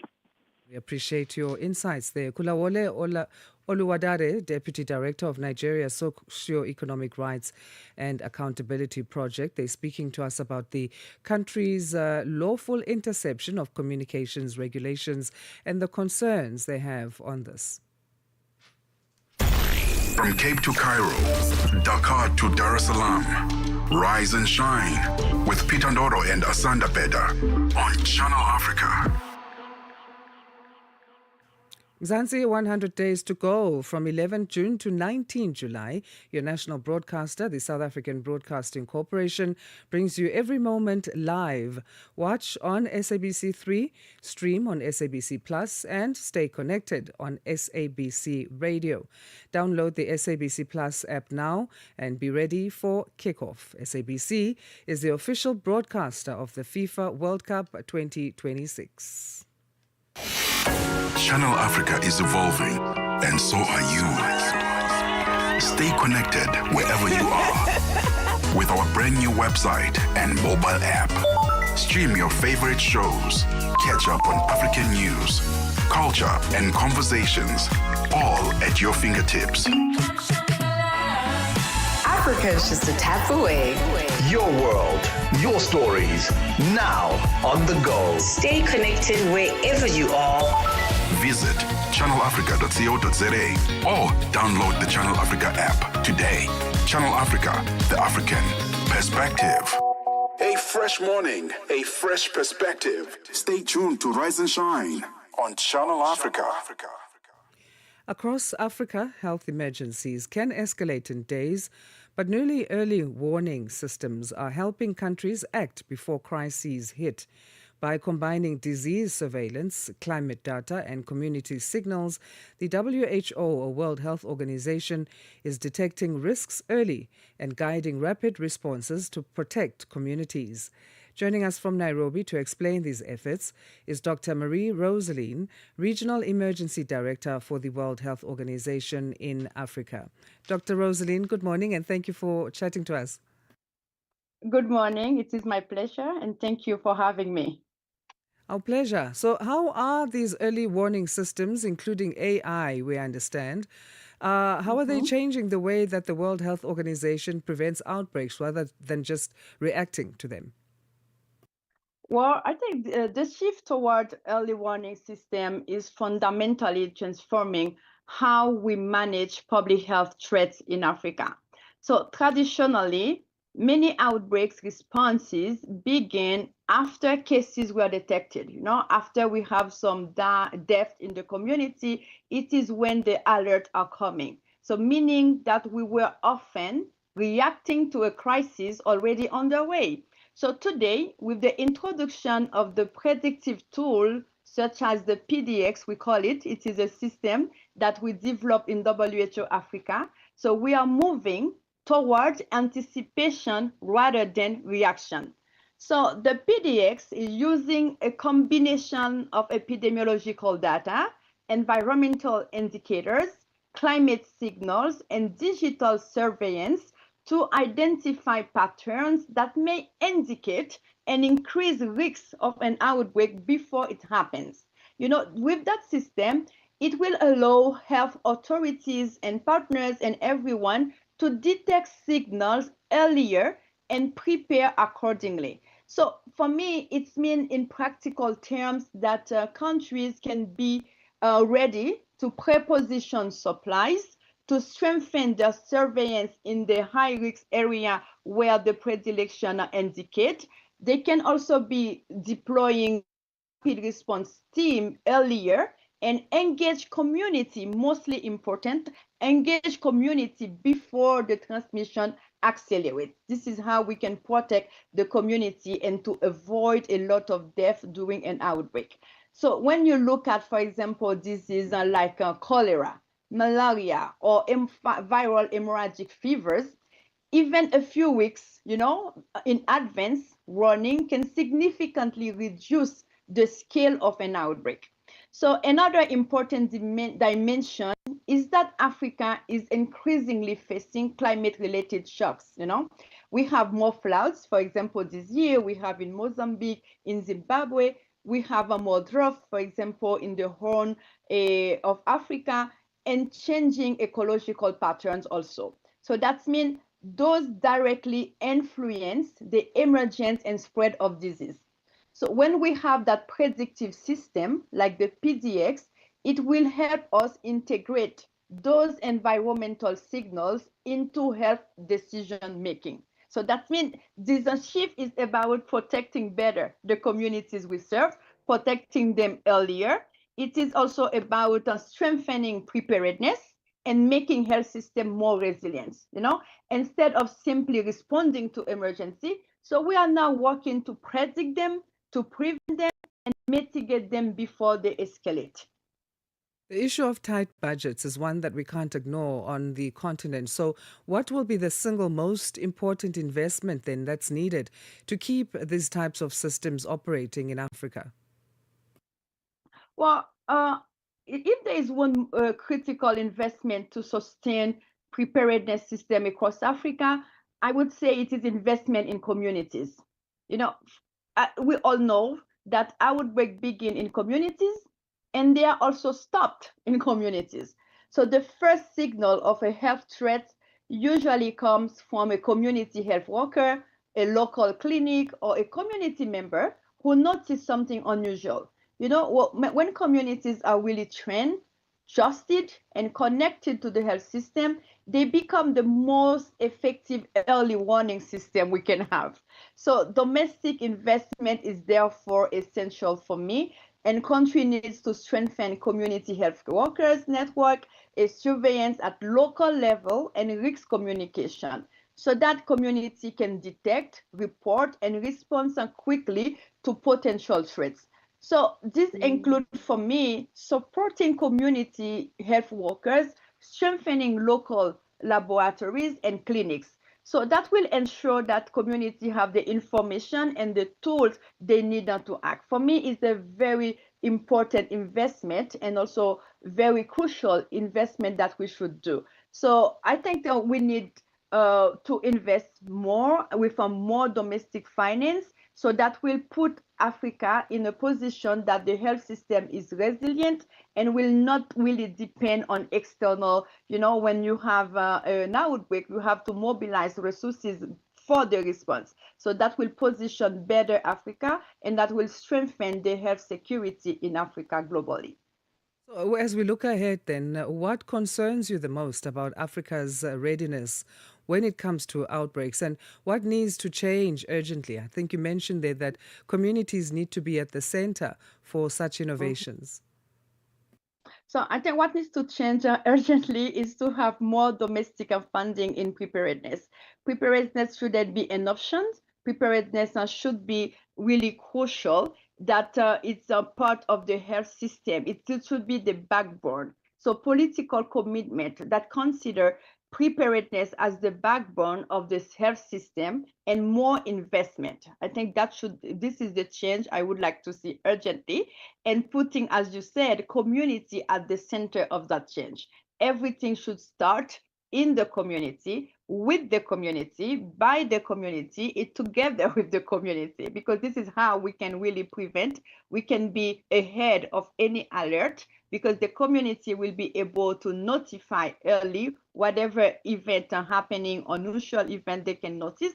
It can even be the death of an animal, in the community. Sometimes it is, insignificant event for someone, but in health system, it could be crucial. It could be the start of an outbreak. And if we have community reporting that, so we will be really ahead of those outbreaks. Let's leave it there for now. Dr. Rosalind, thank you so much for updating us on this developing technology. Thank you so much. Thank you. Have a good day. You do the same. Thank you very much. Dr. Marie Rosaline is Regional Emergency Director for the World Health Organization in Africa, joining us from Nairobi, Kenya, talking about early warning systems that the World Health Organization is using to change the way that outbreaks are prevented rather than just reacting to them. So a proactive approach and not a reactive one so much there. Also AI involved there in these kind of technologies for our continent. Well, get in touch with us on Channel Africa, first with the African story globally. You can find us on Facebook. Channel Africa is our handle there. We now move into the third and final hour of Rise and Shine, coming to you live from Johannesburg in South Africa. And we say good morning to Dwalane Tulo Ngwebe for that. It's 8 o'clock, about to be 8 o'clock Central African time. SABC News. The African Perspective. Thank you, Asanda. Good morning. Leader of the Congress of the People Party in South Africa, Musiwa Lekota, has died at the age of 77. Lekota has stepped back from active politics last year to focus on his health. This led to the appointment of Teboho Luate the interim leader of COPE. Lekota is a former high-ranking African National Congress Party member. He served as the first Free State Premier from 1994 to 1996 and as Defence Minister from 1999 to 2008. COPE spokesperson Pakes Dikgetsi. We can confirm that Mr. Lekota sadly passed away this morning, early hours of this morning. Mr. Lekota has been battling an illness for quite a number of years, even before his announcement that he's stepping back, which the party accepted. He's been battling, he's been in and out of hospital, and it is with a profound sense of sadness that we can confirm that he passed away this morning. Traditional Leaders Organization in South Africa, Contralesa, has called on government to institute an inquiry into the collapse of buildings in the country. 9 people lost their lives after a concrete slab in a 2-story building collapsed on Monday. Officials have called on the building's developers to account. The exact cause of the incident is still unclear at this stage. However, the city of Johannesburg has confirmed that there were no approved plans for the construction of the building. Contralesa President Kgosi Matupa Mokoena says government needs to make sure that proper procedures are followed when giving permission for the construction of buildings. Contralesa is worried and concerned by these many fatalities at many of our construction sites in this country. We lost so many lives due to the collapse of some of this building infrastructure. This is a wake-up call to our government not to give tenders to people who don't qualify or give tenders to their friends and family members. Contralesa calls upon governments to institute an inquiry because we need to find out exactly what is the cause of this collapse in many of our infrastructure in the construction site. Reports from Sudan say the paramilitary rapid support forces have attacked a power station, causing a blackout across the city of El Obeid. An official told the French news agency the drone strike started a fire at the site. 9 people have been killed and at least a dozen others injured in separate drone attacks over the past week. The Health Department in South Africa's Gauteng province says it will host a provincial World Obesity Day in Daba. In Sidibeng today, the department says 23% of children aged 6 to 14 years in the country are overweight or obese. The department is stepping up efforts to combat rising childhood obesity in the province with the launch of Asibe Healthy Jozi Kids Initiative. It aims to promote healthy eating, increase physical activity, and create supportive environments for children. MEC Nomantu Nkomo Ralihoko. We work with schools, parents, healthcare workers, and partners to promote healthy eating, regular physical activity, and supportive environments for our children. Prevention starts at home, at school, and in our communities. We must encourage our children to move more, eat better, and build healthy habits that will protect them for life. And finally, the U.S. Commerce Secretary has volunteered to testify before a congressional committee over his ties with the late sex offender Jeffrey Epstein. Howard Lutnick's association with Epstein has come under increasing scrutiny. The BBC's Jacob Evans reports. Howard Lutnick has not been accused of any wrongdoing in connection with Epstein's crimes. But he has faced calls to resign after files released by the U.S. Justice Department revealed the full extent of his relationship with Epstein. Last month, Mr. Lutnick admitted to visiting Epstein's private island with family members in 2012, years after Epstein pleaded guilty to soliciting prostitution from a minor under the age of 18. Mr. Lutnick previously said he'd severed ties with Epstein years earlier.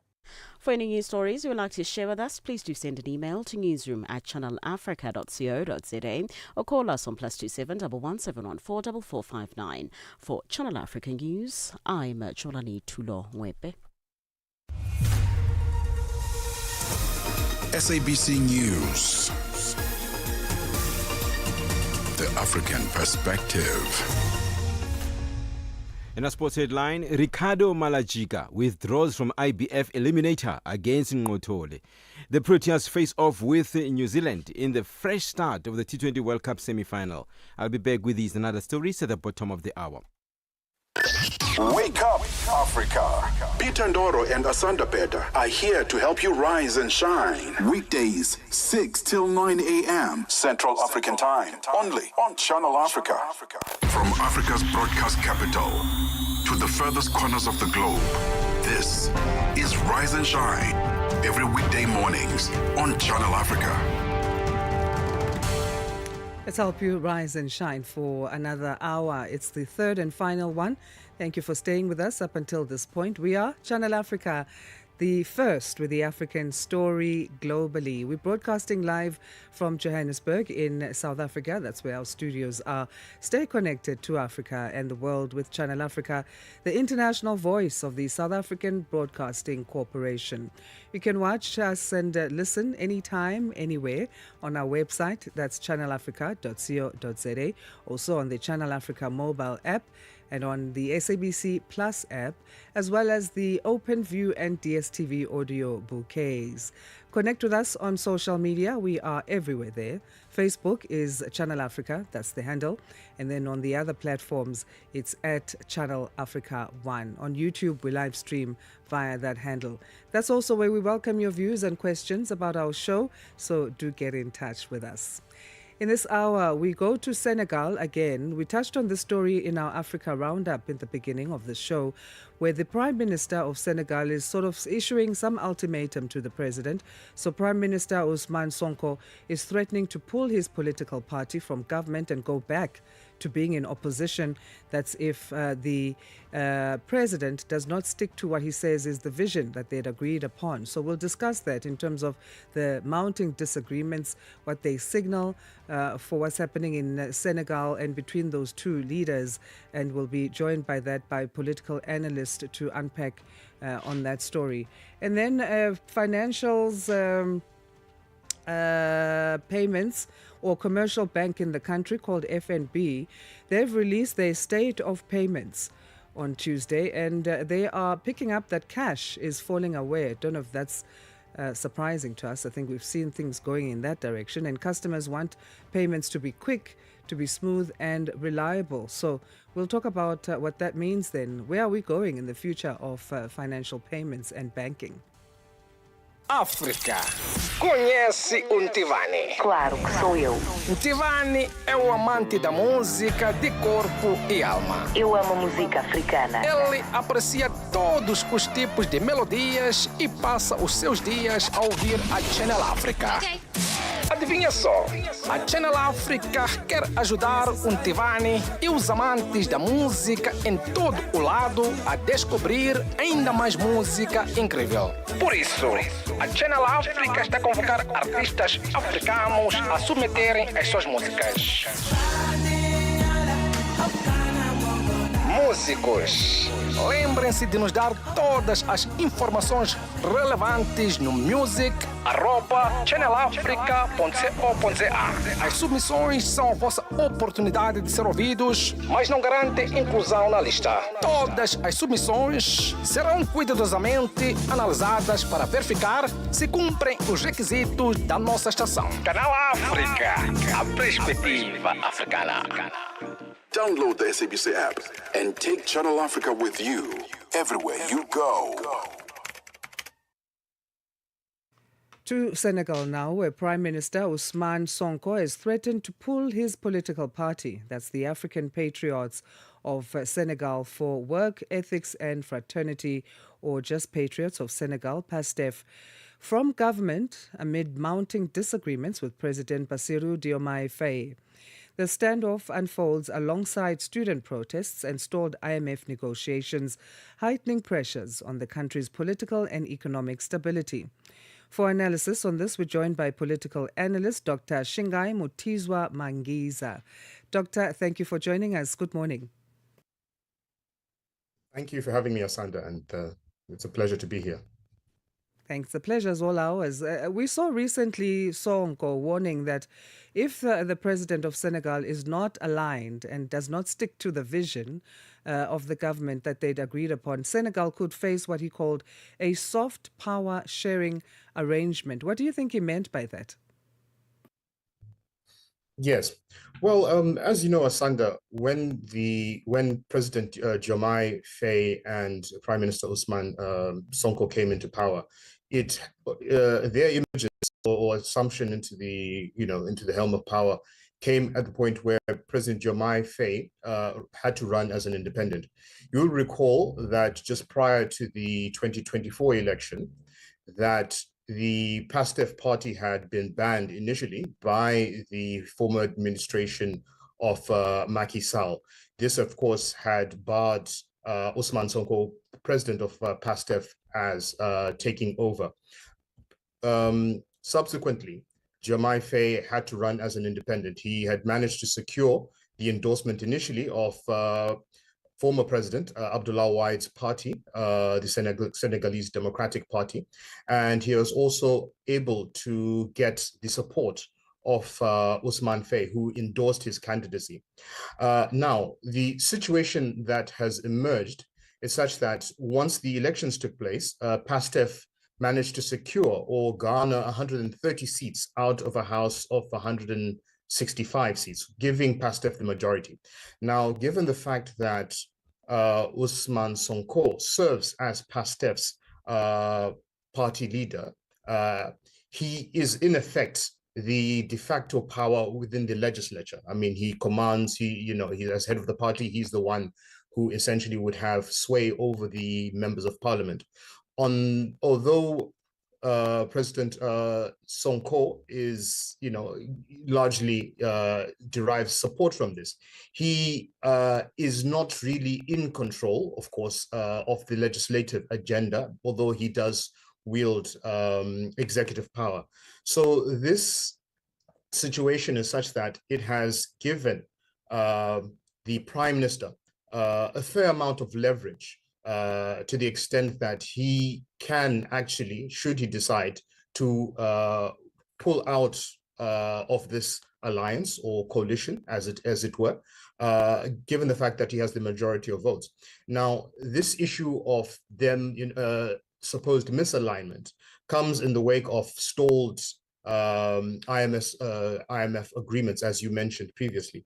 We know that there's a significant debt that was uncovered to the tune of, I think, $1.3 billion that had not been disclosed, that was left over by the former administration of Macky Sall. Of course, in his capacity as the head of state, President Faye was resolute on trying to come to some sort of agreement, but we can see that the prime minister, who has said that no, any agreement, the stipulations of the current IMF agreement, which would of course mean significant restructuring, would broadly go against the promises, the electoral promises that they had made, as they were, competing for power. So there is tension there. So I think this possibility of, this idea of a cohabitation, I think is essentially a way of sort of subtly trying to rein in, President Faye without trying to make him lose face. But I think if the disagreements become even more acute, then we might likely see a situation whereby, in the most extreme of circumstances, there may be a withdrawal of a resignation, one of the prime minister and from the government, and maybe a withdrawal of support from the administration of President Faye by the PASTEF party. The violence we've seen erupting in universities there because of student protests, that's another point of contention that's risen as part of the tensions between the Prime Minister and the President. So how might these affect the durability of Senegal's governing coalition and the broader stability of the party system there? Yes, I think it does serve as a crucial litmus test. One of the things that Prime Minister Usman had been advocating for was the idea of providing additional security on campuses. He had also made a suggestion that possibly the campus may be relocated. We know that the students, and largely the student bodies, particularly at the Sheikh Anta Diop University, were quite crucial or central in trying to garner support for the coalition or for PASTEF and actually for President Faye's presidency. So they are seen as a key constituent. And I think there's a recognition by the Prime Minister on this. However, I think there is also a tension on the part of the president in the sense that there's a need to ensure on the one hand, this stability and the rule of law, so to speak. However, it's important, I think, to note, Asanda, that this issue of student protests is really not new in the case of Senegal. I think the issue of unpaid financial bursaries and unpaid financial aid is something that has bedeviled the tertiary system, education system in Senegal for many years. And so I think these are some of the things that they had pledged upon assuming power, that they would, try and effect a number of reforms. But I suspect that in the wake of this debt crisis that has emerged, I think there's a sense that there may be challenges on the part of maybe the president in trying to institute or to live up to those particular promises, given the debt challenges that are there, and maybe there may be a greater cause or calls for austerity on his part. I think the prime minister, for his part, I think recognizes that whilst there is this debt that is there, they must at least be able to meet the students halfway. So I think, again, how it translates in as far as the party system and the durability of the government, I think unless they are able to come to some sort of consensus or compromise in how to deal with the issue of students, I think he had initially pledged that there will be a payout of some sorts, for the students concerning their bursaries, and that there will be a return to the campuses. I think it's, to the extent that the president is able to somehow make a case, to make a case or to come on board with this particular plan, I think that might at least, provide some relief, at least for the ruling coalition at this point. However, I suspect that his hands may be a little tied in this. So I think it's really a catch-22 situation. He recognizes that his hands are tied in as far as the financial aspects of it, his being able to honor those commitments. At the same time, the durability of his own administration is at stake. And so I think it's a very delicate situation. And I think what would probably, I'd imagine we see, is that there'll be an attempt to try and, as I said, come to some sort of compromise or consensus. There may be a situation where payments are staggered over time, so as not to, feel the full brunt, at least, or to incur, further deficits on the part of the government. As you say on that point, I mean, how does Senegal look then in the eyes of the IMF, the International Monetary Fund, to whom it's seeking assistance and a new funding model, if this continues, this power struggle between the Prime Minister and the President? Yes, I think it clearly, I think, comes across as, a situation where you have two centers of power, that are emerging. And what is very quickly, I think, becoming apparent is that this tension or struggle for power will not merely just be between the prime minister and the president, but will actually assume probably, a much more institutional dimension, where we see the legislature pitted against the executive in this instance. This, of course, could cause, cause a serious stall, I think, and could be problematic, I think, in as far as the ability of the executive to try and get, other aspects of its agenda to be passed in parliament. And I think there may be a sense by the IMF that perhaps at this particular point in time, they may decide to suspend the talks or engagement at this point, and maybe resume upon a resolution of the political tensions or disagreements that are there. So I think this is likely one of the things. I think perhaps they may be a bit patient to the extent that for the last few years, Senegal had, at least from a macroeconomic perspective, has been growing fairly steadily, even though those macroeconomic gains have not translated into tangible benefits that can be felt by the populace. So I'm inclined to believe that they may be patient and may perhaps be willing to re-engage with them once there is a clear direction and consensus on the part of not only the Prime Minister, the President, but again, I think once the issues have been thrashed out, I think even at the party level, once at the political, the party level, there's some sort of consensus in regards to the particular stipulations of this and how that affects their vision as a party and their policy and programmatic agenda. Doctor, please stay with us as we take a short break and continue on this very important chat. Dr. Shingai Mutizwa Mangiza is a political analyst, joining us to unpack the recent developments coming from Senegal, where Prime Minister Ousmane Sonko is threatening to pull his political party away from the government of the President Bassirou Diomaye Faye there. The implications of that, what do they mean? We've touched on the student protests that have taken place there, and also the more lending that Senegal is looking at getting or receiving from the International Monetary Fund and what that will mean. We'll continue with this chat.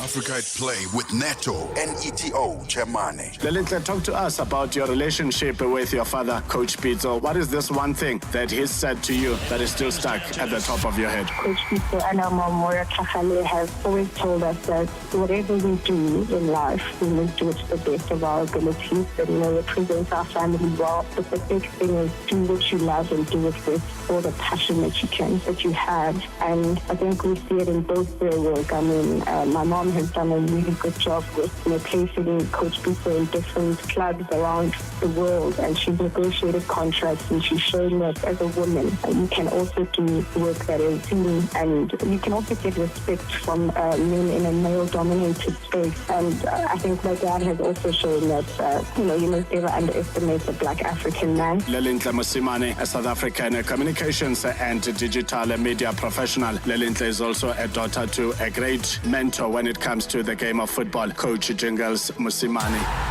Live every Saturday and Sunday from 2 to 5 p.m. The sound of Africa is evolving. Experience our new mobile app. Free to download, free to connect.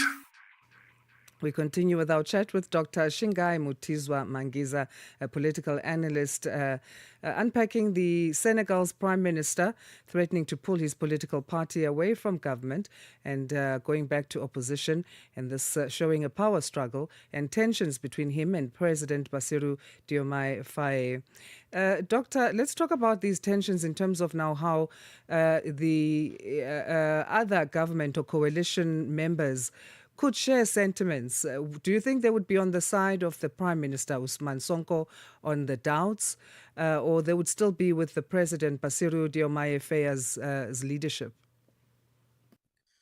Yes, I think given the balance of forces at play, I think they would probably likely want to side with the Prime Minister, and this would be purely for practical and pragmatic purposes.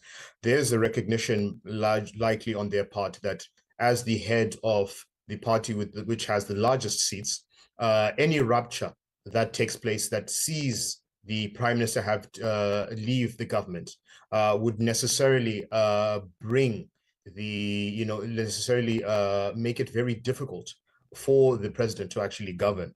I think although the president has been elected within his own, has been elected within his own right as a president, I think there may be a sense that given the social climate that is developing, the unrest that has taken place, and the growing sense of disillusionment, they would likely want to be part of any future coalition or governing coalition assuming there's a post-Faye phase after this.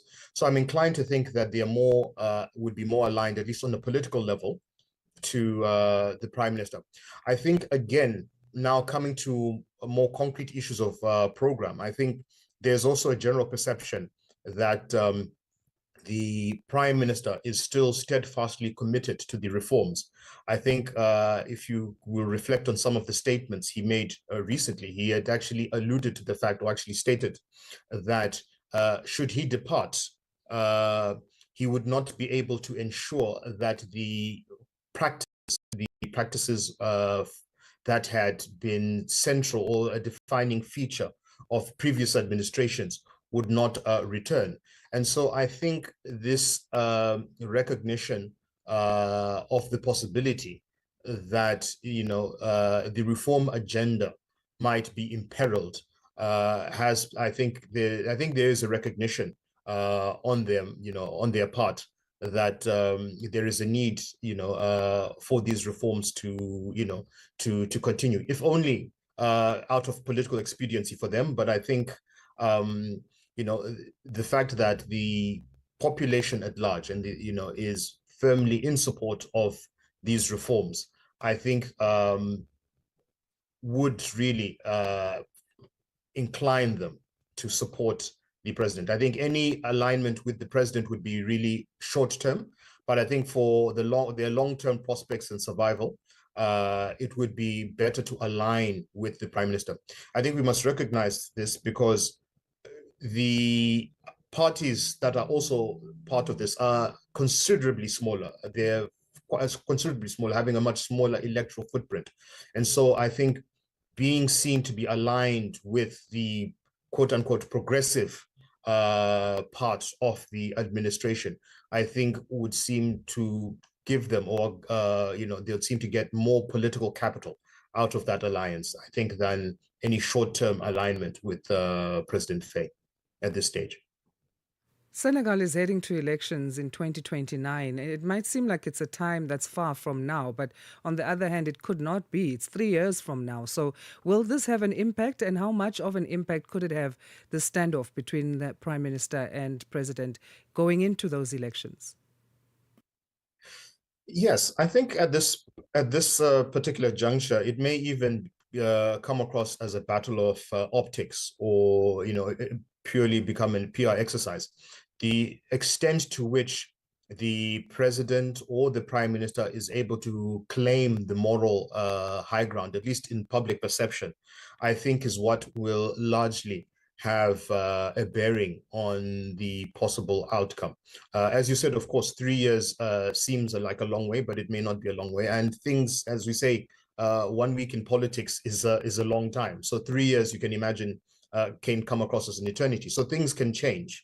But assuming that, the trajectory that is, the trajectory that the country is currently on, or at least the political dynamics that we are witnessing continue to remain, then it's reasonable to assume that that come the next elections, the current, the party PASTEF, or rather the prime minister, would likely, be in a stronger position to assume power himself. Of course, this would probably, warrant him having to depart the government at some point, if, for instance, the disagreements between them become irreparable, and it is clear that there is a loss of support for the administration writ large. He may make the decision ahead of those elections, maybe a year or two before then, to pull out of the coalition and essentially prepare the groundwork, for assuming power or being elected himself. So that's a possibility. That's one possibility that we are likely to see. I think, save for President Faye being able to cobble up a meaningful coalition of partners that's able to countervail the power of PASTEF at this stage,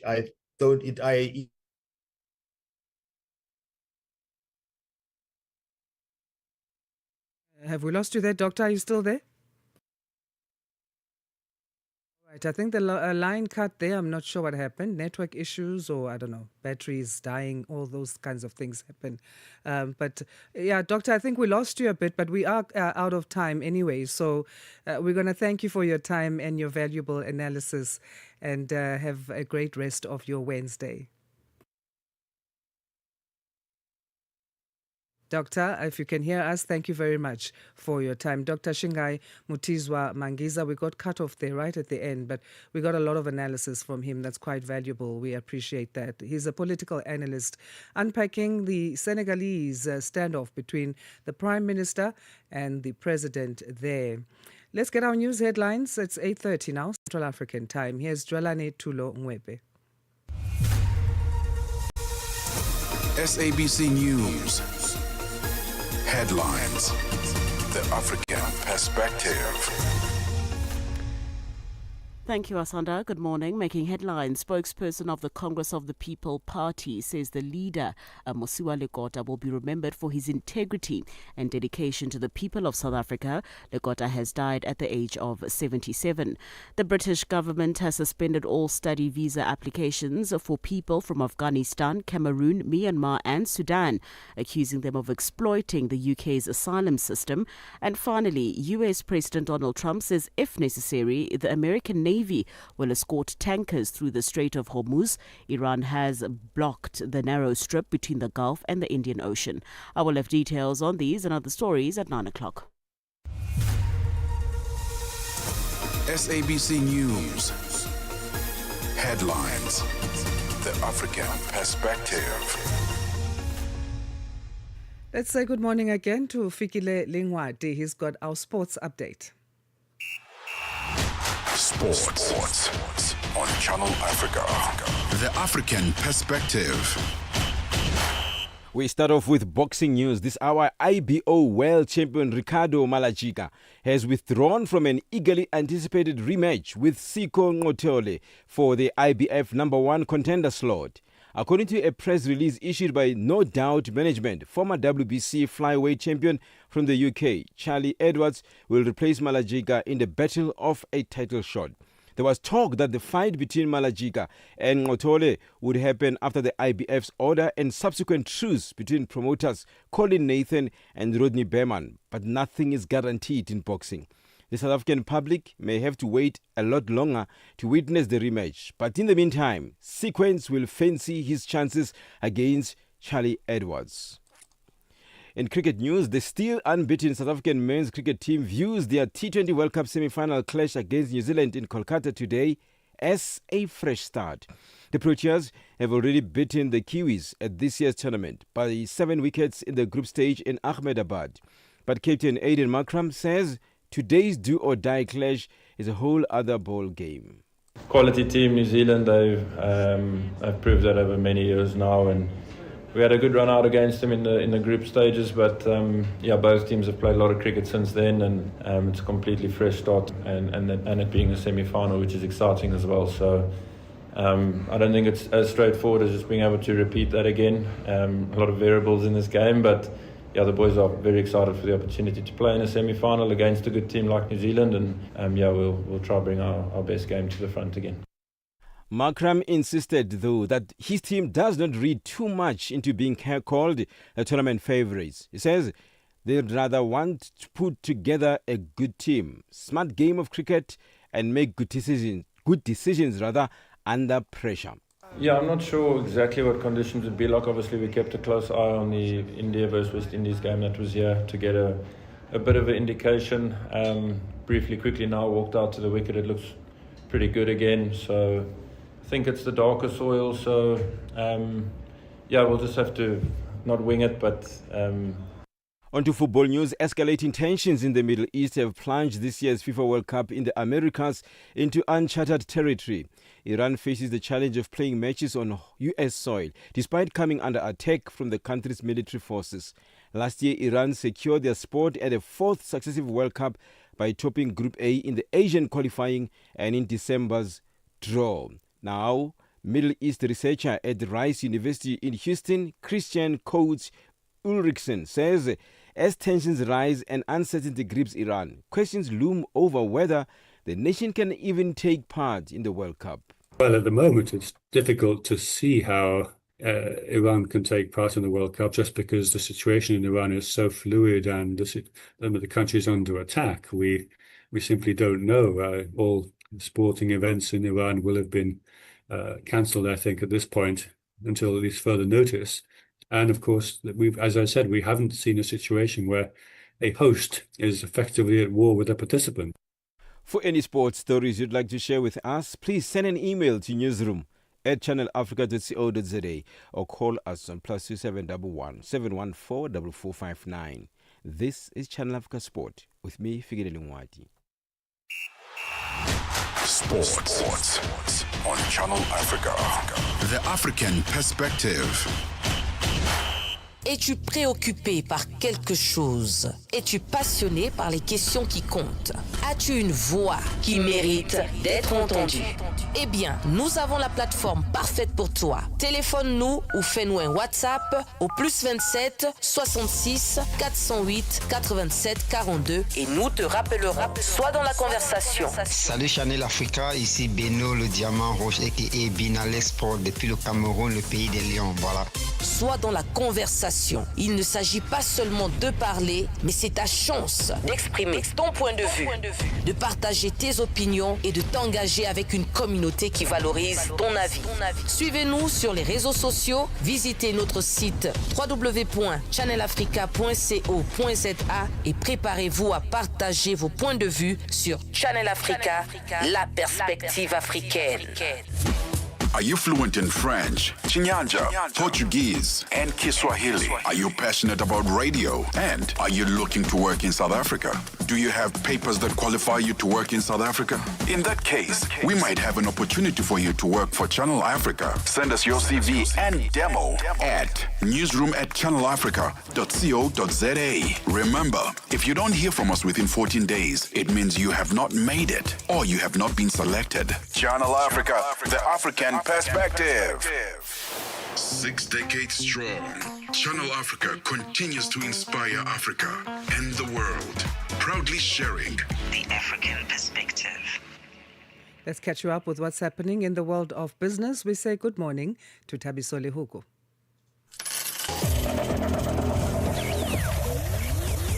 Business news on Channel Africa, the African perspective. Thanks, Asanda, and good morning. South Africa's President Cyril Ramaphosa says that there are tangible signs that the presidential eThekwini working group has addressed some service delivery issues in the metropolitan municipality in KwaZulu-Natal province. The group has brought together different spheres of government as well as business and organised labour to tackle the problems in Durban. Ramaphosa says that the group must focus on encouraging investment and economic growth. He attended a meeting with officials as well as representatives of business and labour in Durban yesterday. We will seek to identify areas where barriers impede the growth of your businesses. But in this regard, we need cooperation. We need you to point out those areas where there are barriers, where there are impediments, where there are silly rules that we have set up that make the success of your businesses difficult. Meanwhile, Cooperative Governance Minister Velunkosini Hlabisa explains what should be done to encourage investment. We will support the city and line departments in focusing the next tranche of effort where it matters most. For instance, accelerating water and sanitation upgrades and reducing non-revenue water.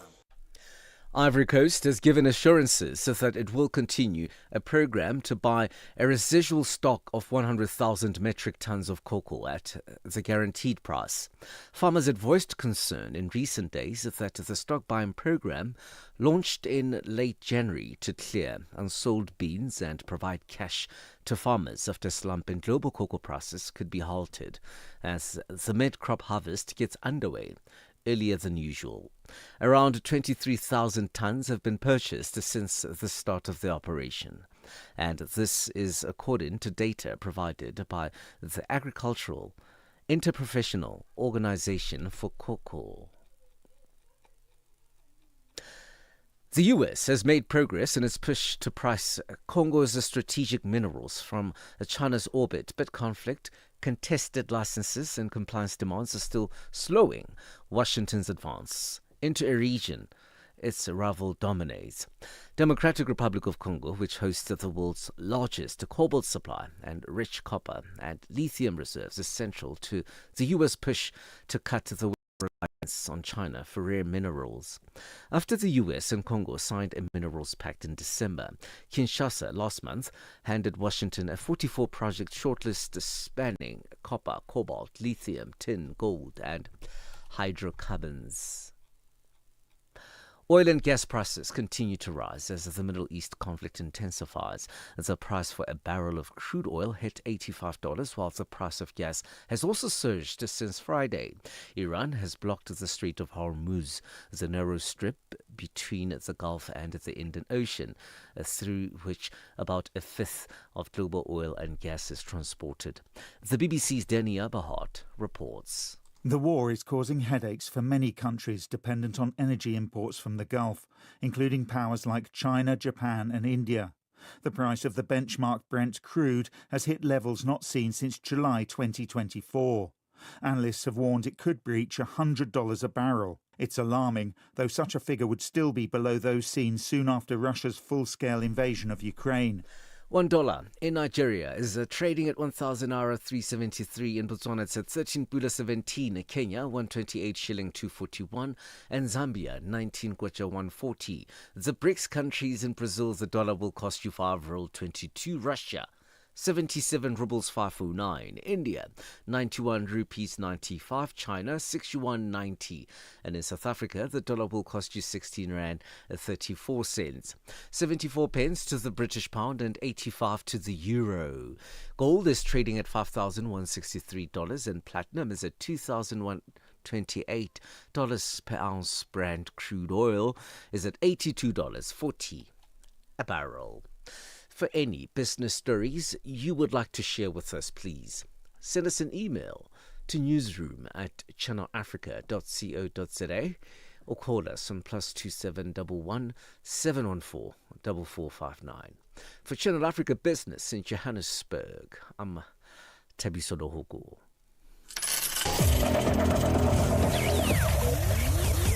Business news on Channel Africa. The African perspective. Your morning companion with the stories that matter. This is Rise and Shine on Channel Africa. South Africans are using different forms of platforms to make payments. This is according to one of the largest commercial banks in the country, First National Bank, or FNB. FNB released its State of Payments report on Tuesday and says cash is falling away and customers want payments to be quick, smooth and reliable, whether they're buying in a mall, a township or a local trading area. Here's Tutongo Beni with more. With South Africans making payments differently these days, FNB Business has added more products to its Speed Point products to help South African businesses get paid quicker and efficiently manage cash flow. FNB released its State of Payments on Tuesday in Johannesburg and says cash is falling away and customers want payments to be quick, smooth and reliable, whether they're buying in a mall, a township or a local trading area. John Mlangeni, Chief Executive at FNB Commercial Merchant Services, says digital payments are a new norm in every sector of the economy. In township and community economies, digital payments are now part of everyday trading, which means downtime, slow settlements, or unclear pricing can hurt a business straight away. That's why FNB has strengthened SpeedPoint with a wider range of devices, clearer pricing that rewards growth, and practical tools that help businesses run better, all working together in one system. From early March, SpeedPoint merchants moved to lower pricing, with new SpeedPoint devices available later in the month, giving businesses more choice over how they upgrade and grow. Speaking on the latest Speedpoint editions, Netsai Ngidi, Product and Solutions Head at F&B Merchant Services, says the new devices that they're launching into the market is an expanded range of devices which include a Speedpoint table. So it's not only a new device range, it's an expanded device range. And what does that mean? That means that regardless of the size of your business, depending on your needs, you have got a wider range from which you can choose the device that suits your environment. The second thing is that we have launched new pricing. So we have slashed our pricing, becoming one of the most competitive, if not the cheapest in some of the pricing turnover buckets. So we've also launched that. So we've drastically reduced our pricing in terms of the amount that you can buy a device, in terms of the amount that you can rent a device, and the commission that you pay as you trade. Meanwhile, Leni Kunga, Senior Director for Merchant Sales and Acquiring at Visa, says Sub-Saharan Africa has adopted digital payments. So if I look at Sub-Saharan Africa as a whole, and then I look at globally, I always look at Sub-Saharan Africa and say, compare ourselves to emerging markets like Brazil and India and stuff like that. I see a lot of adoption of digital payments among SMEs. Traditionally, you find that established businesses were the ones that were accepting digital payments, right? But there's been, over the past couple of years, a huge adoption of digital payments for various reasons. Because people want to be involved in the payments ecosystem or financial inclusion, right? The new payment solutions are expected to further revolutionize the market as it will cater for F&B bank customers and the non-F&B banked customers. For Channel Africa News, I am Tutongo Bene in Johannesburg. Just over 8:45 Central African time. It's been a year of strategic repositioning for Nedbank as the lender laid the foundation for future growth in 2025. The group's headline earnings for the 12-month period to 31 December rose only 2% to 17.2 billion rand. The results were impacted by expense growth that included a once-off settlement with Transnet linked to the state capture years. SABC News economics reporter Nosipho Radebe filed this report. Profit growth at Nedbank was subdued as slower revenue growth weighed on performance. Nedbank CFO Mike Davis says that costs were kept relatively under control during the period under review. Underlying expense growth reasonably well managed at 5% or 7% when you include the Transnet settlement. And then the real driver behind earnings growth, given the softer GOI and slightly higher expense growth, was really the 18% decrease in impairments, with the credit loss ratio coming out at 68 basis points, better than we had expected. So again, shareholders rewarded in line with earnings growth, and as you opened, slightly softer than we had hoped. Nedbank has positioned itself for future growth with acquisitions such as Extra and fintech innovator iKhokha. Taking that conversation further to the exciting acquisition or offer we've made to acquire 66% of NCBA, which is a top tier 1 bank in the Kenyan market, that is in progress. And obviously that would be very complementary from an East Africa perspective, a market which we are very excited to be entering into on that sort of scale. I mean, obviously we've been writing business in Kenya, particularly through our CIB franchise, but to be buying a business, a top tier 1 business, is really exciting. And we're excited about Kenya, East Africa, etc., because A, it does open up trade flows into China and India. And secondly, it is a market that is growing at 5% plus. Nedbank says its guidance could be at risk if geopolitical tensions in the Middle East are prolonged, as this could push up import inflation through higher oil prices and potentially influence interest rates in South Africa. However, assuming the conflict is not protracted, the group expects mid-single-digit growth in net interest income, single-digit non-interest revenue growth, controlled expenses, and return on equity of about 15% in 2026.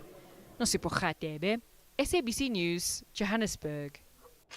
Right, so after Rise and Shine on Channel Africa comes On the Move, that program hosted by Benjamin Mushatama and Palesa Dao. So on this Wednesday, it's the 4th of March. Good morning to you.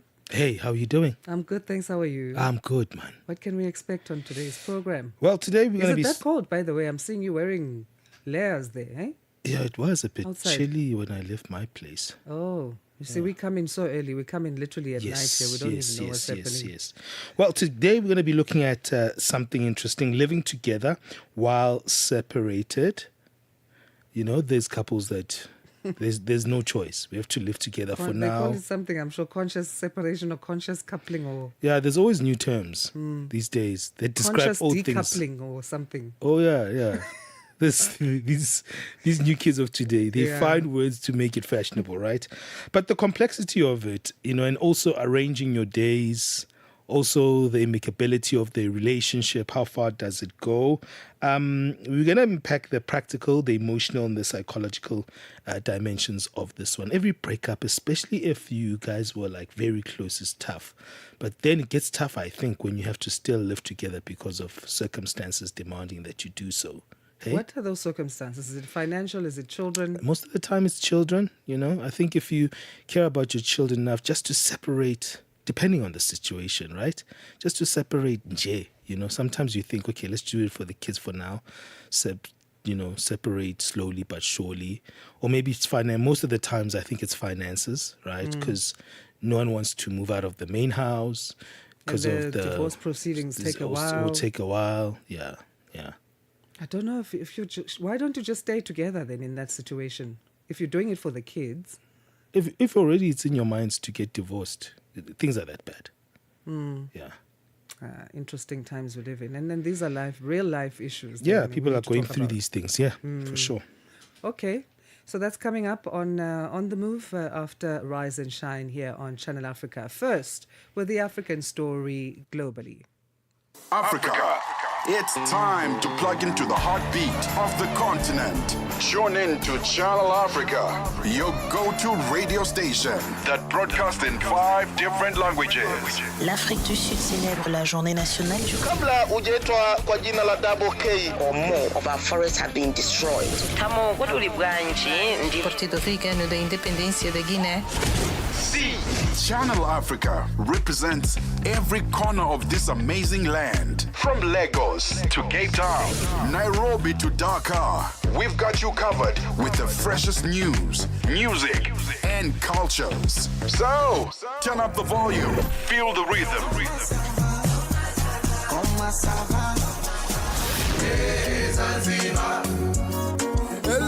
Enjoy the conversation. Channel Africa, the African perspective.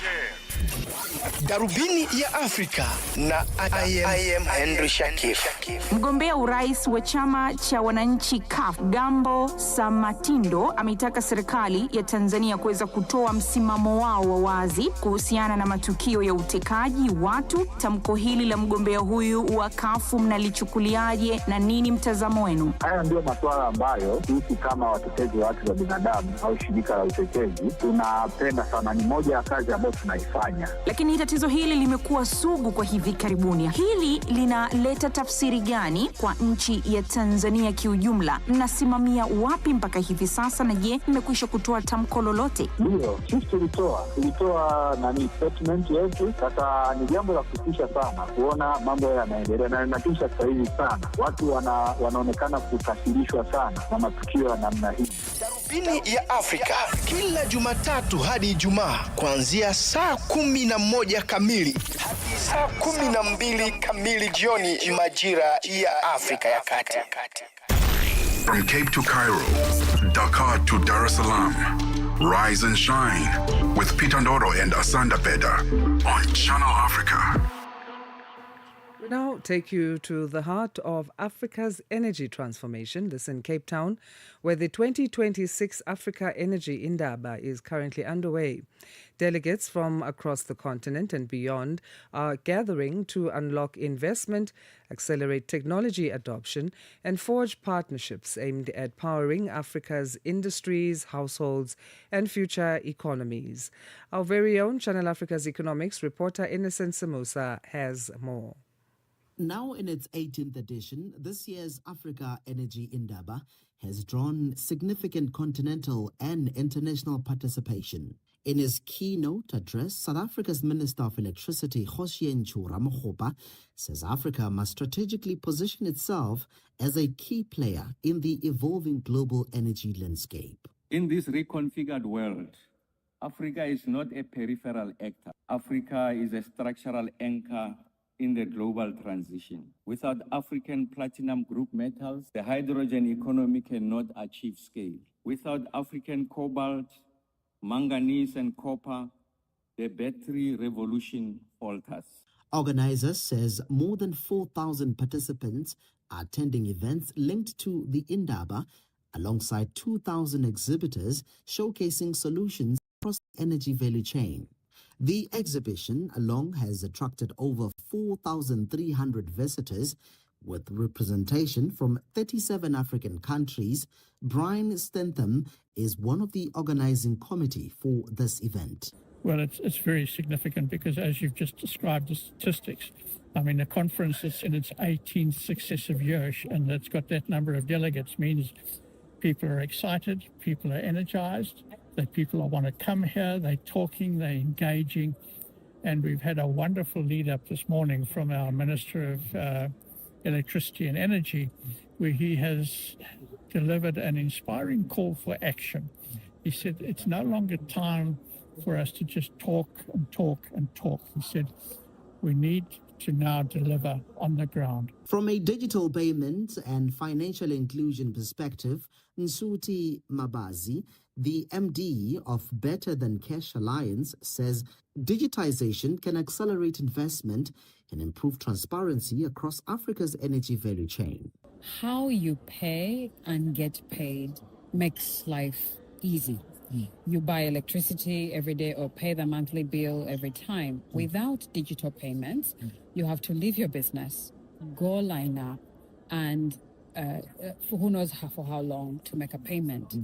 Also, those transactions are not visible to help you better manage your books. And when you want to access finance services like insurance, credit, or even save, it's difficult to do when you're only transacting in cash. So digitalized financial services are the first step to financial inclusion. She says private-public partnership is key. Government is there to ensure equitable access. Government is there to make sure everything is fair and prices are not leaving anyone behind. And then private sector comes in to do the necessary investment. Of course, only public-private partnerships make the difference, because infrastructure and energy are very expensive. And in places where private sector is not coming, it's critical that government makes the first investment and builds an ecosystem that they can operate and transfer to the private sector. As discussions continue here in Cape Town, stakeholders say the real measure of success for this year's Indaba will be turning dialogue into tangible investments and projects that power Africa's growth and prosperity. For Channel Africa News, I'm Innocent Samosa at the 2026 Energy Indaba in Cape Town, South Africa.